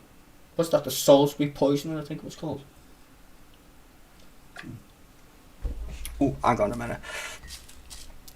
Is there anything interesting for me to just search for a second? Sorry a sec.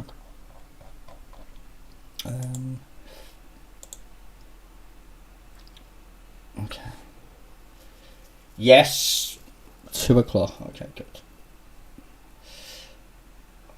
And who else was playing? Nobody. Fuck. When would that be? Monday then? Oh no, no, oh no, oh. Liverpool literally play Leicester next. It's on Monday. Everton are playing Man City. So when's Leeds' next game? Pardon me. Sunday. What? Oh, it's what? Is that today? God, I'm so blocked. No. Oh my god, that's next week. You fucking. I hate the way the BBC designed their webpage. You know, it's so fucking garbage. Okay. Oh, wait, what? Oh yeah, that's next week. So that's their next game. Oh no, West Ham Sunday, 21st. Yeah, that's not next week. So I need Leeds to win versus West Ham. Fucking hell, that's not gonna happen, is it? I want Everton to get relegated. Oh, sorry. I'm hooked. We're not playing today anyway. But Everton are playing Man City. It should be a slapping. Arsenal versus Brighton. In fact, that's an interesting game actually. So if Man City draw, highly unlikely. Get 83, and then if Arsenal beat Brighton, they'll go top of the league again. Fucking hell, this is a great race. I know. We lost the Premier League like twice by like a point or two. It's fucking annoying.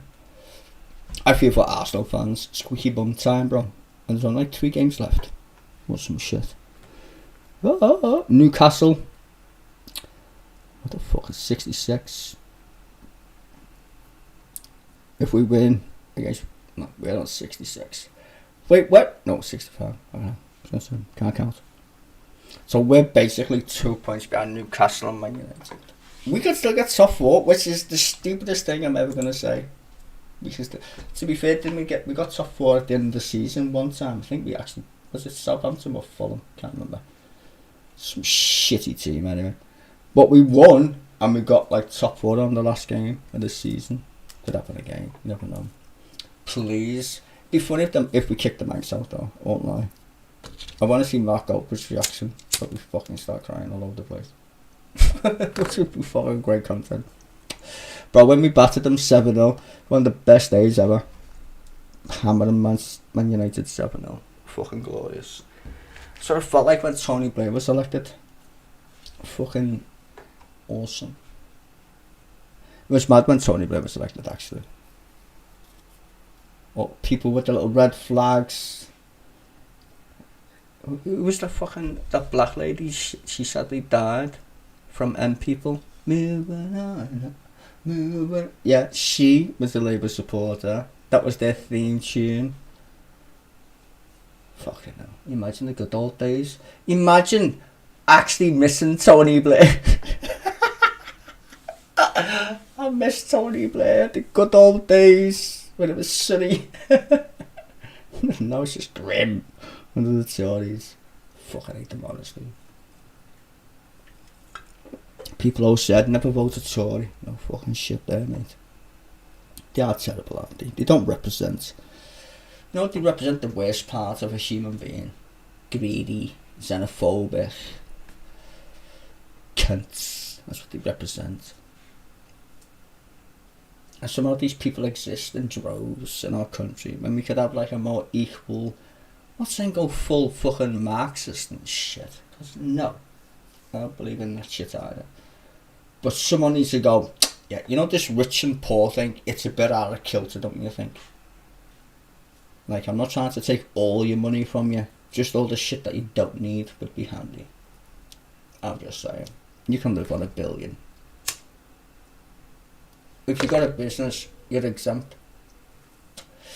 You're employing people. But if you're just rich because you're rich, give me the rest of your money, please. You can live on $1 billion. You won the race. Enjoy it. Now fuck off and give me your money.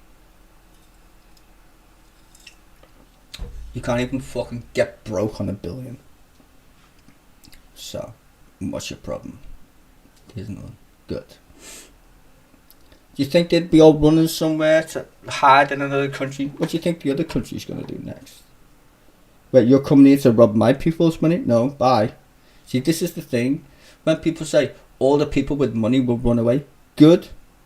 Because that means you can make advertisements saying they don't pay tax. They want to steal your money. They don't want to contribute to society. Make a fucking advert about it. We live in the age of the internet. I'm pretty sure I could make one of them fucking motherfucking things, right? Make an advert. You don't like paying tax?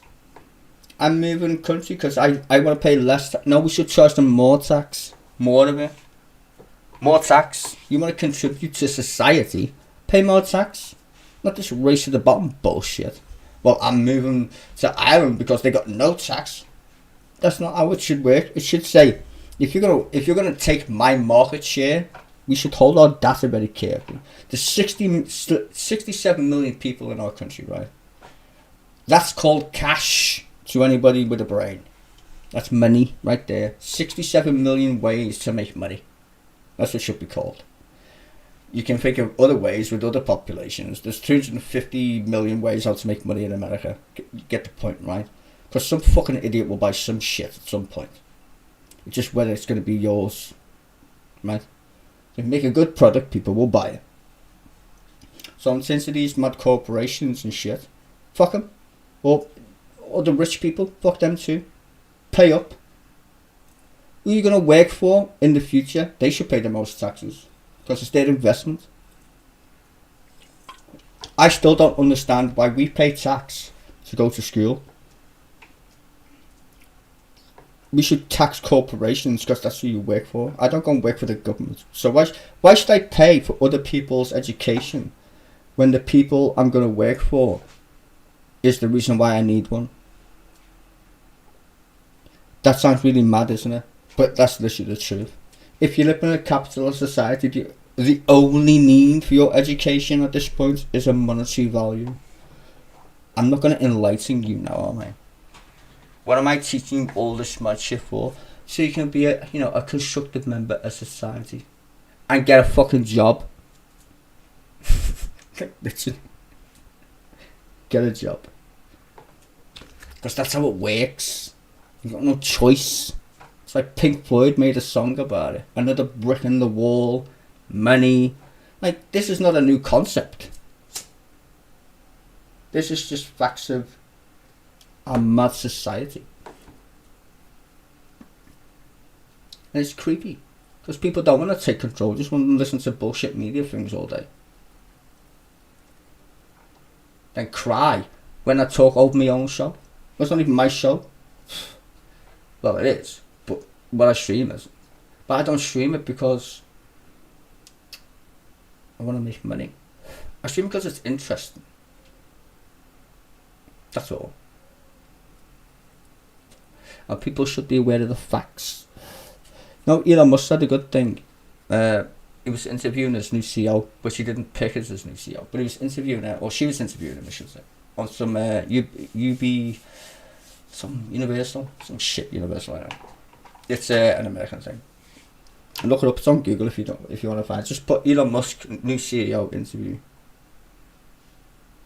backwards, kind of thing. So yeah, she interviewed him, and he was saying about like productivity and fucking humans and all this other mad shit they fucking talk about, but also like politics.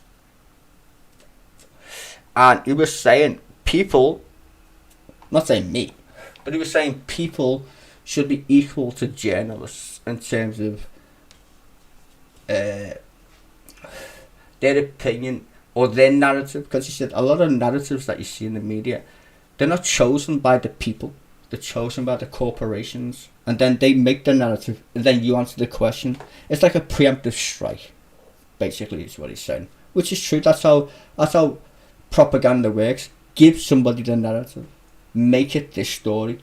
Don't talk about that shit, talk about this shit, kind of thing. Like, the number one issue in Britain is definitely not migration at all. It's incompetence of our government. But they want to hide that in all mad ways. Like, we literally just had the worst prime minister in our fucking history. We just literally, even Donald Trump didn't get fired that quick. Let that sink into your mind. We had a prime minister who makes Donald Trump look successful. Let's fucking goddamn trust. I mean, wow. So yeah, we need actual journalists to go, she is fucking garbage. And why have we got a shitty government in the first place? We should have had a general election there and then. In fact, before it, when fucking Boris Johnson fucked off, we should have had a general election. Or halfway in between, when he was caught having a fucking party, which they held back for a year, which is bizarre if you actually pay attention to the news. They knew about that story about Partygate for 1 year. A whole year they didn't say anything. And then as soon as some stupid cunt pissed off the Daily fucking Mail or someone else, they were like, oh, really? Funny?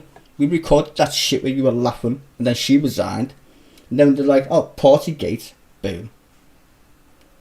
Let's give Boris a kick in the bollocks so he does what he's told. Our media's horrible. And so is our government.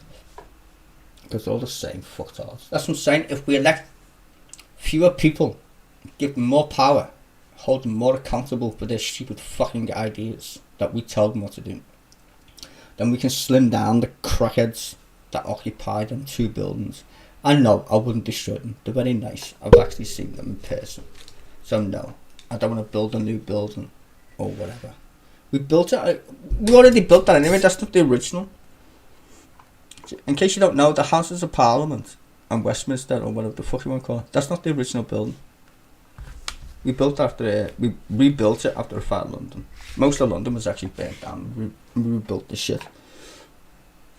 William Pepys. Anybody remember William Pepys, by the way? I'm going to tell you a story about William Pepys. Or history in general. Well, what I learned from history. Or what I'm supposed to have learned from history. It's called first-hand evidence and second-hand evidence. And William Pepys, the fire in London, was the story that I was told as a kid, because he had a journal and he wrote in it.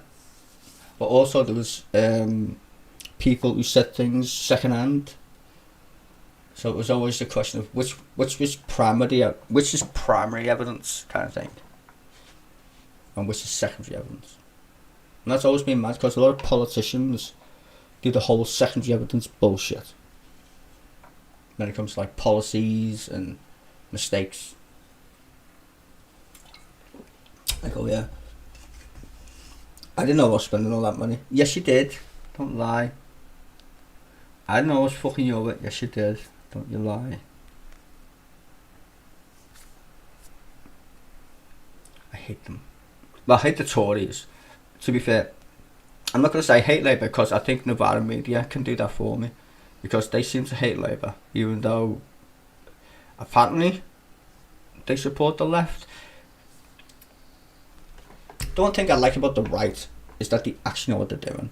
The left wants to cannibalise itself into some utopian fucking dream that doesn't exist. I don't know why they do it. Instead of saying, would you rather have Keir Starmer or Rishi Sunak, and just like go with that for a moment, you go, well, he's not perfect and meh. You know, he's fucking worst thing since sliced bread. Do you want to get rid of the Tories? Yes or no? Stop shitting, because you're giving you're putting out there people that aren't like not that clever. No offense, but they're not. You will sit there and you think, yeah, Labour's shit, I'm gonna vote for somebody else. Instead of saying no, vote Labour, please. Just vote for them, because really, the Tories, you having a fucking laugh. Fuck this bunch. Rather Monty Python was running the fucking government. At least it makes me laugh. These fuckers want to make you cry. This is definitely what you call a tragic comedy. Good old Britain.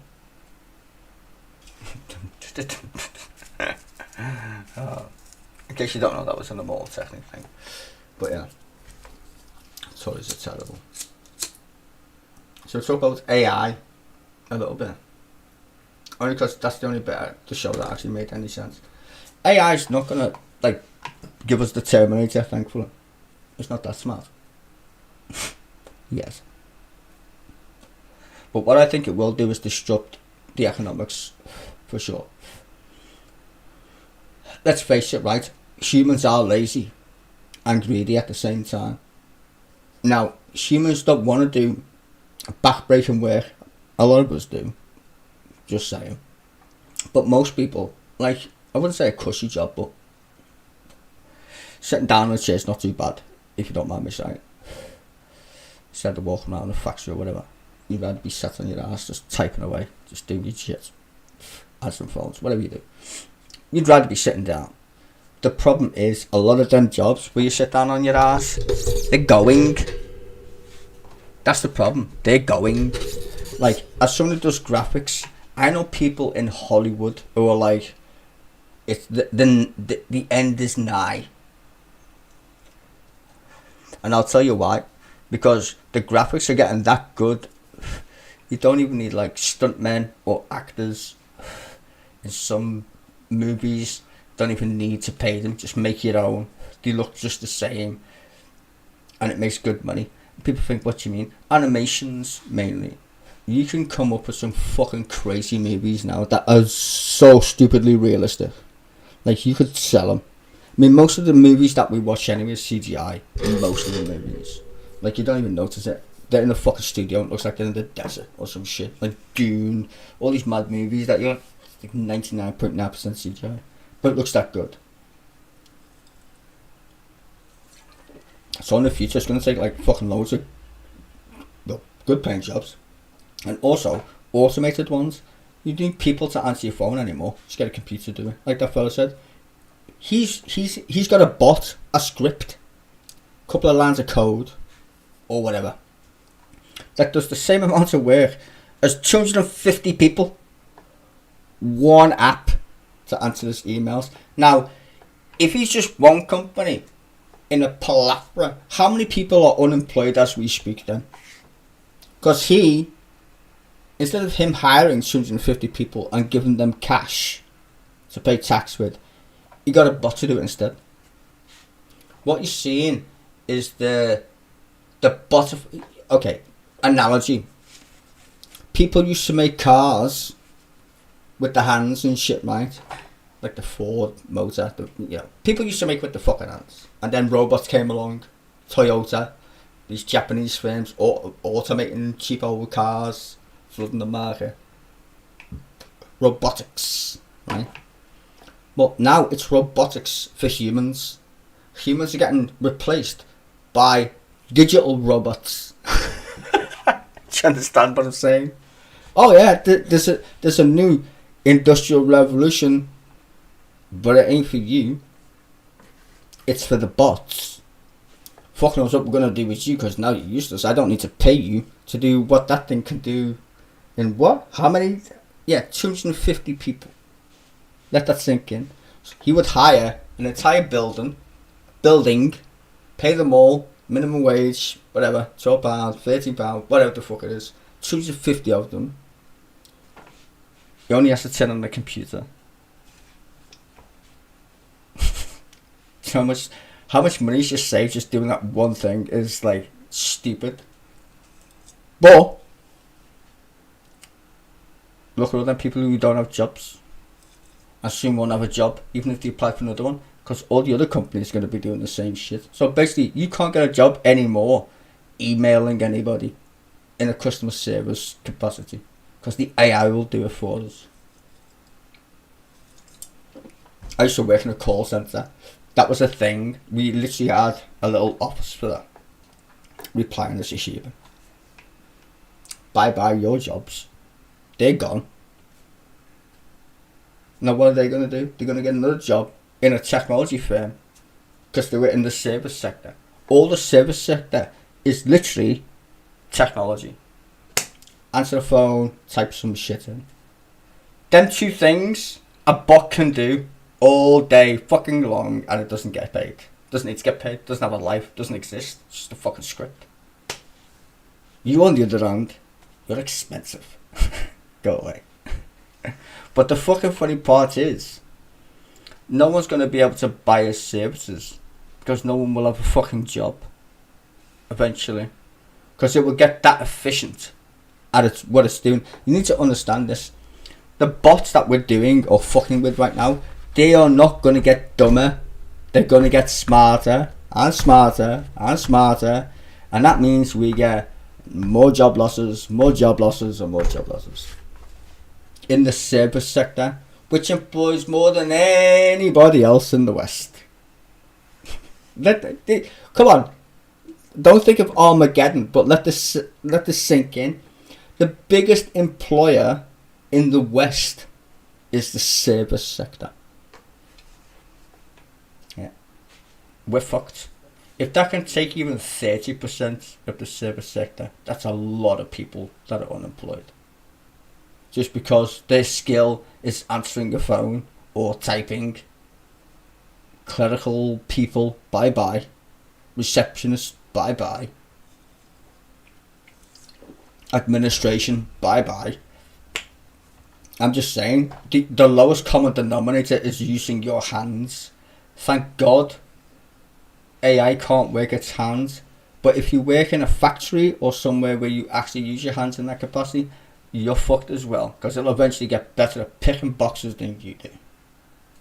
It just will. In fact, it will store the boxes so it knows exactly where they are, instead of a human doing it. Don't forget, it's the humans who put the boxes where the people pick up the boxes. You have two teams of people in a factory. You have the people who get the deliveries from the trucks and place them where they're supposed to be, and then you get the little rat boys like me, because I used to work on the machines once upon a time, who will go and fetch the shit that's just been brought in and send it out to our customers. Right? But it won't be like that anymore. The bots will replace the people who bring the shit in. They will store it. In fact, yes, they will store it. And then the fucking the other bots will pick it up and send it out. basically. And the trucks and the things will all be automated, all of it. Which is going to be fucking insane. Delivery vans will change, I know that much. I've worked in one of them delivery places, it's insane. The inefficiencies, and if you did that with AI, wow. Just wow. You'd have to, like Elon Musk designed a factory different to build cars. You need to design, or you would need to design. In fact, I think AWS server and NVIDIA provide a service for fucking around with your factory to make it more efficient. What I'm saying is, you just redesign your trucks so they actually get packed by bots, and then you get the bots to load, you get the bots to fucking unload. You're fucking crazy. But you'd make so much money, and you don't need people. Because the AI will just go, this is how you run a factory. Don't even need people, just want to press on and off. Or some shit, I don't know. Like, think about it. You turn on your computer, you don't think how many fucking electrons it takes to fucking make your screen light up and give you pixels and shit, do you? No. But it works. You're telling me you can't get a factory to work like that if you, like, employ AI? Of course you can. Micro, macro, same fucking shit. That's what Elon does with his new factory that he's building in Texas. He's like, we can make a quarter of the size because we've learned that we don't need that much space, and we made the processing of the car more efficient by not doing it the old-fashioned way. We thought it's quicker that way to build the car, and turns out we don't even need all that space anymore. Just saying. It's just a new approach. We have a new approach.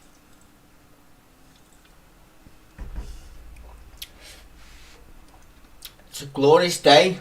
It's a bit warm, to be fair. I sound a bit warm. I'm not complaining, but it's overcast. I'd like it because when it's overcast, it's muggy. You know what I mean? There's no wind, no anything. It's just muggy. It was nice earlier, so nice and sunny. I like the sun because I look grey. If you ever see me on stream, I always look grey. I don't know what much, to be fair.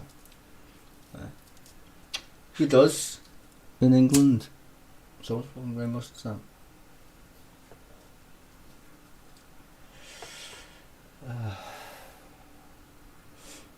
Donald Trump. Did anyone see his mad shit on CNN, by the way? The Donald Trump thing is crazy. Like, I can't stand listening to him. I watched clips about it, really. I can't listen to Trump. He literally grates my fucking brain. It's so weird. And people vote for him. That's the scary part, isn't it? People vote for him. Like, people vote Tory. What the fuck?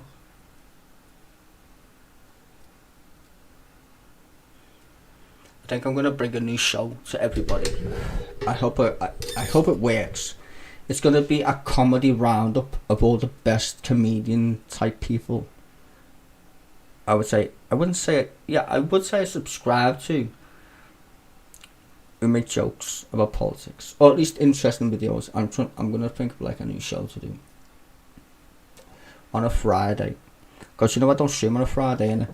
Because do that whole with a different kind of politics live, can't be bothered. But I thought a Friday, get some clips lined up, show them, and we can all have a laugh, because it'll be funny. Like a weekly roundup, but on a Friday instead of a Sunday. Because why not? Fuck it. So I thought, yeah, I shall do that. Because there's actually people I want to promote on my channel who are actually funny. It's mostly the comedy ones though. But there is some people who make good points as well. Like, I like Politics Joe. That's a good little web page, channel, whatever you call it. I like that one. And then you got you got some lefty girl. I forgot her name. Anyway, I'll find it. It's just a bit show at the moment. But there's a few of them. I'm thinking I should do that on Friday. I get the clips over the week. I don't know how consistent they are though. That's the only problem. I have to set the consistency for me to do it every Friday. I don't know if to do once a week. I'll check it out. I'll try and make it so it's like a little funny show. Hopefully I'll get the permission. I think the copyright strike me. I'm not really asked, to be fair. I mean, to make money anyway. So, I'll probably be doing that on the Fridays, I think. Because I don't really do a show, do I? I normally just waffle at the end of the show. I was spliff. It depends. Sometimes I just waffle and like I'm cool. Sometimes I want to just fucking rage. And to be fair, can you blame me listening to some of these fucking politicians and news presenters? After people I know chat at my site, I would do a better job. Like questioning a politician. Like, do you know what I mean? I just think our journalists are fucking shit. They don't ask anything useful at all. It's always like little retarded questions. So I hate I hate all the presenters really. Because we got Laura Kuenssberg, you got Good Morning Britain, they're useless fucking cunts. Sophie Bridge, she works for fucking Rupert Murdoch. I mean, it's Sky, you know, she fucking more about that fucking stupid thing. Who else does interviews on here? Nobody on BBC that I can fucking actually put up that other bird. No, fucking no. Politics Live, she's fucking annoying, that presenter. She used to do Newsnight here, you know. Twat. I forgot her name. She used to do Newsnight once upon a time. I think that was when Jeremy Paxman was doing interviews. I forgot her name. Or maybe it was. Is her name Kate, I think? No, it's not. In fact, wrong person. Fuck. Why did I confuse her with her? That's weird. The Scottish Bird. Where did she go anyway, the Scottish Bird? Remember the Scottish Bird from Newsnight? Kate something. She didn't die, did she? I hope she didn't die. God bless her. I haven't seen her, so I'll bring her, she dead. Her name was Kate something. It wasn't her, was it? From Newsnight. Oh God, do I have to look this up? It's going to crack me up if I don't. It was Kate something. It's not Kate Bailey. No, it's not her. She's a cunt. She works for Sky.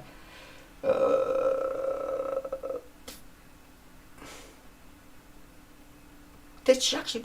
And then Emily Maitlis took over from her, I think. Oh my God, Emily Maitlis, I can't stand her. She's such a fucking twat. Just, does anybody know who Emily Maitlis is? Like, honestly, she's fucking... Oh, she's a horror. She's worked for Newsnight for years. In fact, I'm going to play you a clip. You can only hear it though, I can't play it because I'm on a different fucking program. I play it on Xbox, but I'm not. Where's this Dennis Skinner? Oh, I'm pretty sure you've seen this guy, so you've got best moments. No. Fuck's sake. Where's this Margaret Thatcher? I attempted. Where's this? What's that bird's name I just said again? Fuck, I forgot. What was her name? Oh my God. I've literally forgot her name now. Fucking brain is fucking died. Emily Maitlis. Fuck, God damn it. No. Name's Emily Maitlis. Emily. There we go. Fuck's sake. Get onto this. This is one of the funniest shits ever. Dennis Skinner. Get on this. Wait, is that the right one? Hold on a minute. I've got to make sure it's the right one. Alright, no. Oh, here it is. Dennis Skinner, thanks very much indeed.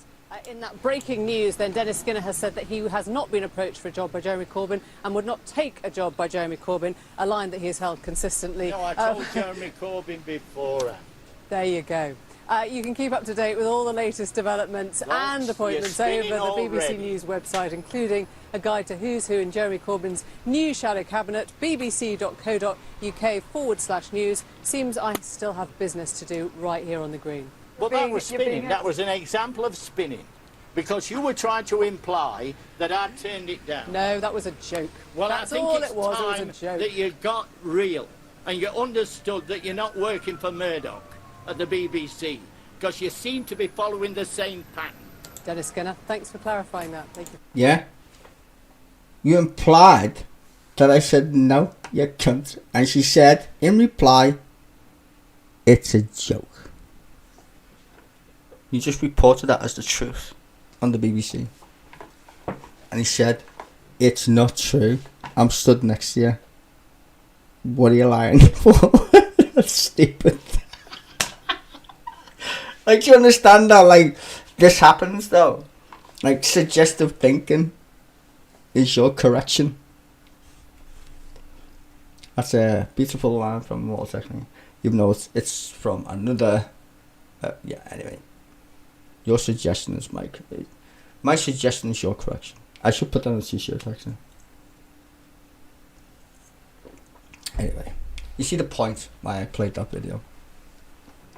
Because the BBC, Emily Maitlis, for instance, went on some stupid fucking speech bullshit saying the BBC's been exposed by, not exposed, infiltrated by Tories. And she made a big speech about it.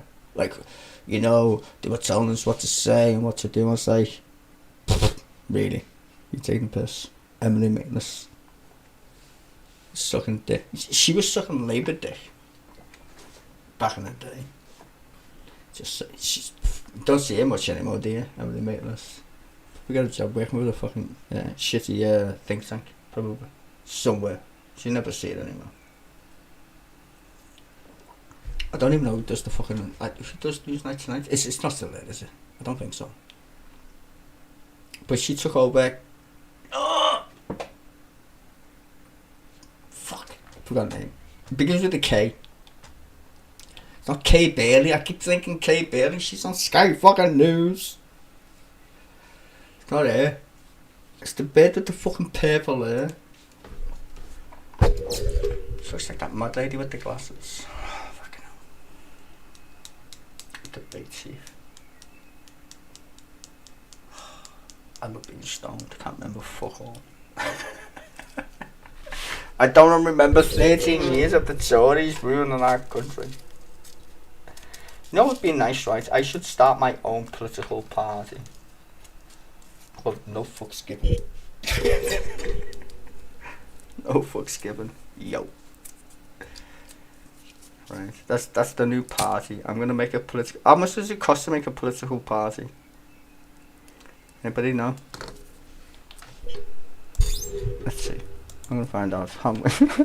How much to make. Oh shit, I can't type.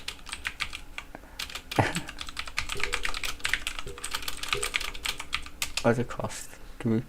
The fee for an application by a party under Section 28 and the Part 1 of Schedule 4.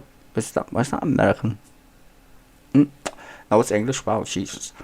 The fee for an application under Section 30 of Part 2 Schedule 4. Do I have to read this out? Fuck my life. Let's just see what it says. This is from 2021. That's old. I wonder if it still stands.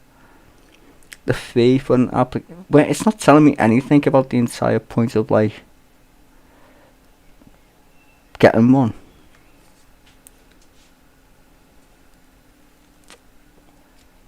Registration of political party fees. Yeah. So actually, it's the Secretary of State who signs off on that. Never knew that. That's mad. So basically, it's the Secretary of State that says yeah to political parties. That's interesting, but doesn't really answer me fucking question of how I make one. Your tits. Do I have to register? Oh, you can. I should actually. I'll just name Nigel Farage. I should tweet him. I should make a political party. Oh my god. The deadline for delivering nomination papers for all elections to take place on the 4th of May has now passed. Yeah, but wait. So what you register as then anything? Oh. This is the worst. Honestly, who fucking makes these shitty web pages? It's so bad. Useful links. But like, how do you make one? I've got no idea. I'm gonna have to hire a lawyer. Or someone who can actually read. I've got no idea. As a registered political party, you have a number of statutory report requirements. Okay.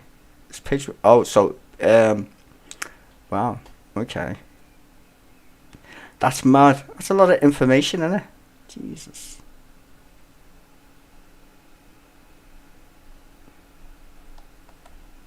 This is the worst government webpage you've ever seen in my life. theelectoralcommission.org.uk. Don't click on that. It will give you a headache. Apparently it's a PDF. I can't be asked. What? Okay, anyway. That's way too fucking nutty. Apparently you can make a political party. Mine's going to be no fucks given.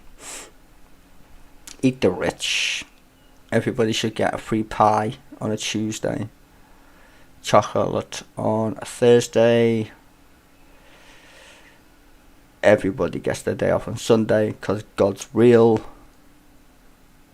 But you can still go to work if you want. And higher wages. Yeah, higher wages would be nice. So we can have this weird thing called capitalism actually work. Oh, did I say eat the rich? I'm pretty sure I did, didn't I? Eat the rich. Okay, not eat them, but tax them at least. I mean, it would be nice if you tax them a little bit, you know. Come on. A little bit. Why be so greedy? You know? Why so greedy? Do you need a yacht that costs more than like the income of a country? I don't think so. You don't need that, do you? Like Jeff Bezos' yacht is so expensive. That's the gross domestic product of Bolivia. I'm not talking about the cocaine. I'm talking about the actual products they sell. Like if you could put into the insanity of how rich countries are, more people. They could literally fund countries' deficits. Literally pay their debts. Just it's some money. Terrible, really. Terrible. Like I said to you before, I grew up in a world where I thought a millionaire was rich. Well, you got millions. In fact, to be quite fair, when I was a kid, I thought I was thousands. It's impressive.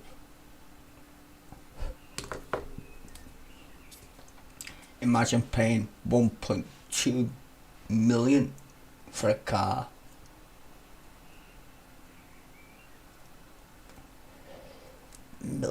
Just for a car? F1 McLaren. My favourite car. When I first seen that, I fell in love. I never seen the price. Honestly, I was like, oh my god, that's the best car ever made. It just looked like when I was a kid, I used to like drawing cars. They were always dead sharp, you know what I mean? Like slimline. Don't know why, because I like racing cars, I suppose. And this thing came out, and it looked like fucking Knight Rider had sex with I don't know, Sandy from Greece. It just looked fucking awesome. Yeah, you know, I love you, Newton John. What can I say? Anyway, so yeah, that car, and then I seen the price. I was like, wow, unimaginable. Like literally, I can't even count to a million. The fuck's that? Fuck that. And now that's like worth nothing. £1 million. Nothing. The UK makes 2.2 trillion a year. That's how much it makes. That's mad, isn't it? 2.2 trillion. The United States is 12, 13. Oh, in fact, no, hold on. Wait, I think it's 22. Let me just check. I used to. Alright.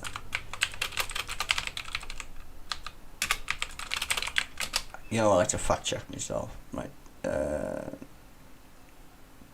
Okay, yes, it's about 2.2 now. I'll get up to 2.25. 2020. Well, I got. Well, in fact, actually, let me just read that properly. In 2022, it reached 25.5 trillion. There we go. It was 22. Ours is 2.2. I don't know if it's gone up though. What's the UK's? See, when you put it in these numbers, people are like, huh? Yeah.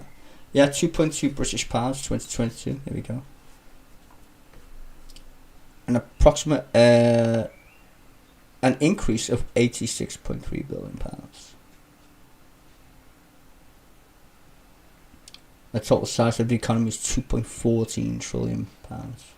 Do you see what I'm saying? If you set this on Newsnight or the BBC and spoke in trillions, the computers, the people will be like, whoa, did he say trillion? Fuck yeah. Hang on a minute, who's paying that back to whom? Yeah, that's the question, isn't it? Like, we live in countries, man. Trillions. We're broke. Don't be stupid. Are you broke if you can't even count that high? Trillions. Well, cost 86 billion to fund the NHS. Okay. What's your problem? You got 2.2 trillion. What is your problem? I don't see one. Get me point. We deal in trillions, and these fuckers talking billions. How many billion fits in a trillion? Can anybody answer that in the side chat? If you want to. If you want to feel special.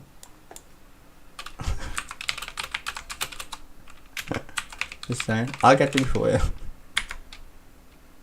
I'm going to pick UK though, not dollars, to be fair. Okay. So, this is how much we spend on the NHS every year.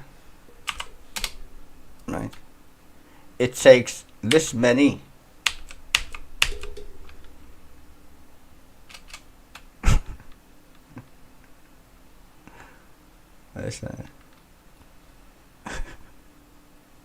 so yeah.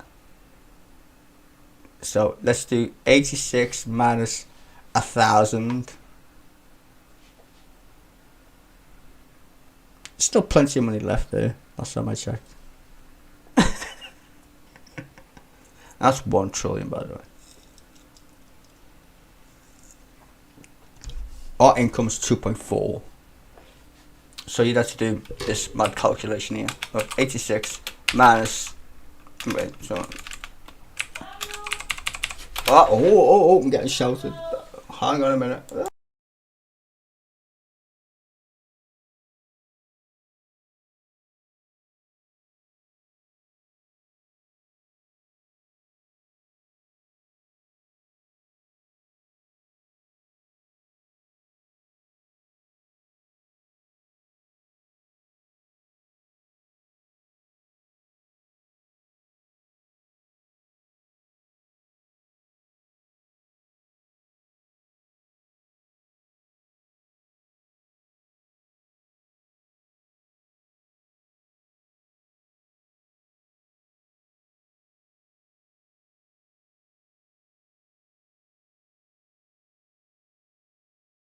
Alright, I'm back, sorry. I had to open the door. Kind of fuck all in this fucking house with my headphones on. Anyway, what was it talking about? Yeah, fucking getting robbed. Not getting robbed.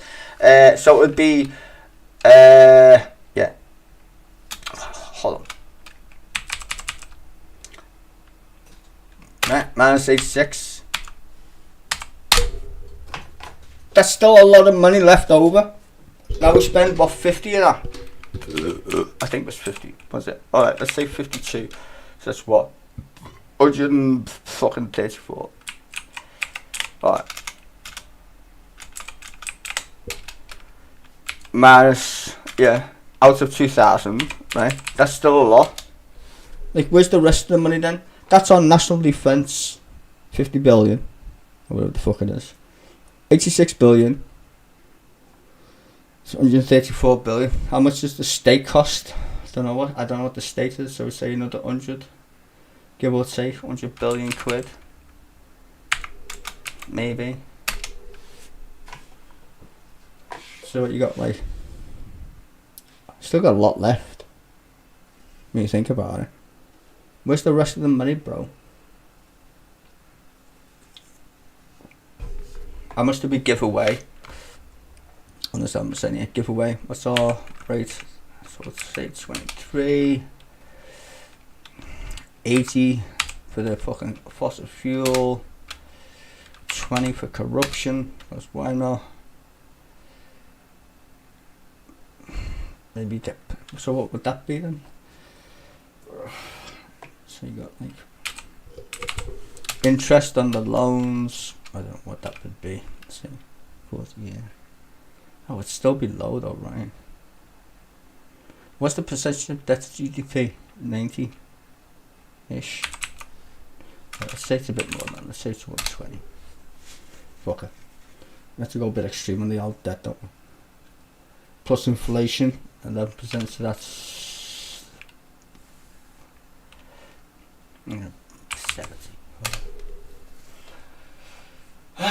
So you're still left with this much money? At least, hold on, let me see. My brain. Give or take. Maybe.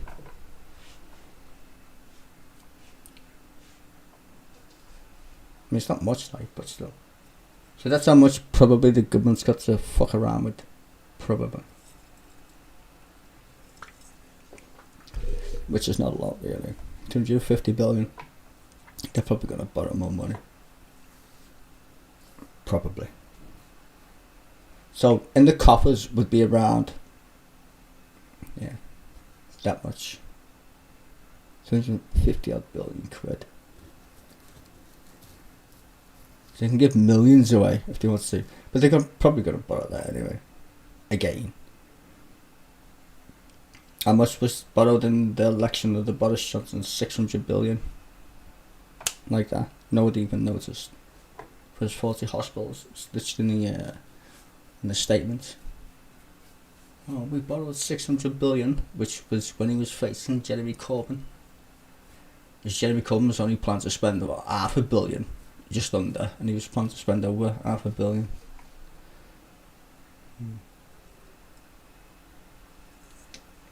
I said that's a mad. That's a thing. So Labour's gonna have to borrow in the next election. Or they can tax, but they're still gonna have to borrow when you think about it. Yeah. Them little quick, off the cuff calculations. If you can read that and you actually know what I'm talking about, it's interesting. Let's get married. 86,000, 2,966. Yeah. It all makes sense though. It's just the numbers are so big. There's no point in putting zeros behind them. So I'm just using the first two numbers or first whatever, so you understand. But they're not pounds or pence. They're billions and bits of trillions actually. To be fair. Yeah, never had one. Anyway, Friday. I think I'm gonna do a new show Friday. Yeah. I see how it works out anyway with me recording it. Should forget to record clips. It's fucking annoying. But I'll try my best. What day is today? Sunday. Yes. So I've got a week.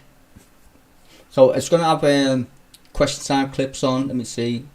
Politics Labs, question time. Question time, just said that. Fucking Prime Minister's questions, I should say. So hopefully it'll have Laura Kuenssberg, and this is on Friday, so I'm going to have clips. Laura Kuenssberg, all the Politics Labs, and question time. And then on Friday, I'll just do a Friday show. Then I get a day off on Saturday. Okay, let's see how that works. We'll try it this week. Hopefully it'll work out. I've been saying it for ages. This should actually just make little thing instead of just waffling. Anywho, I hope you like it. And the editing. Fucking make that. Anyway, enjoy the rest of your Sunday, ladies and gentlemen. And yeah, stay safe. And I will see you tomorrow, I suppose. Ta-da.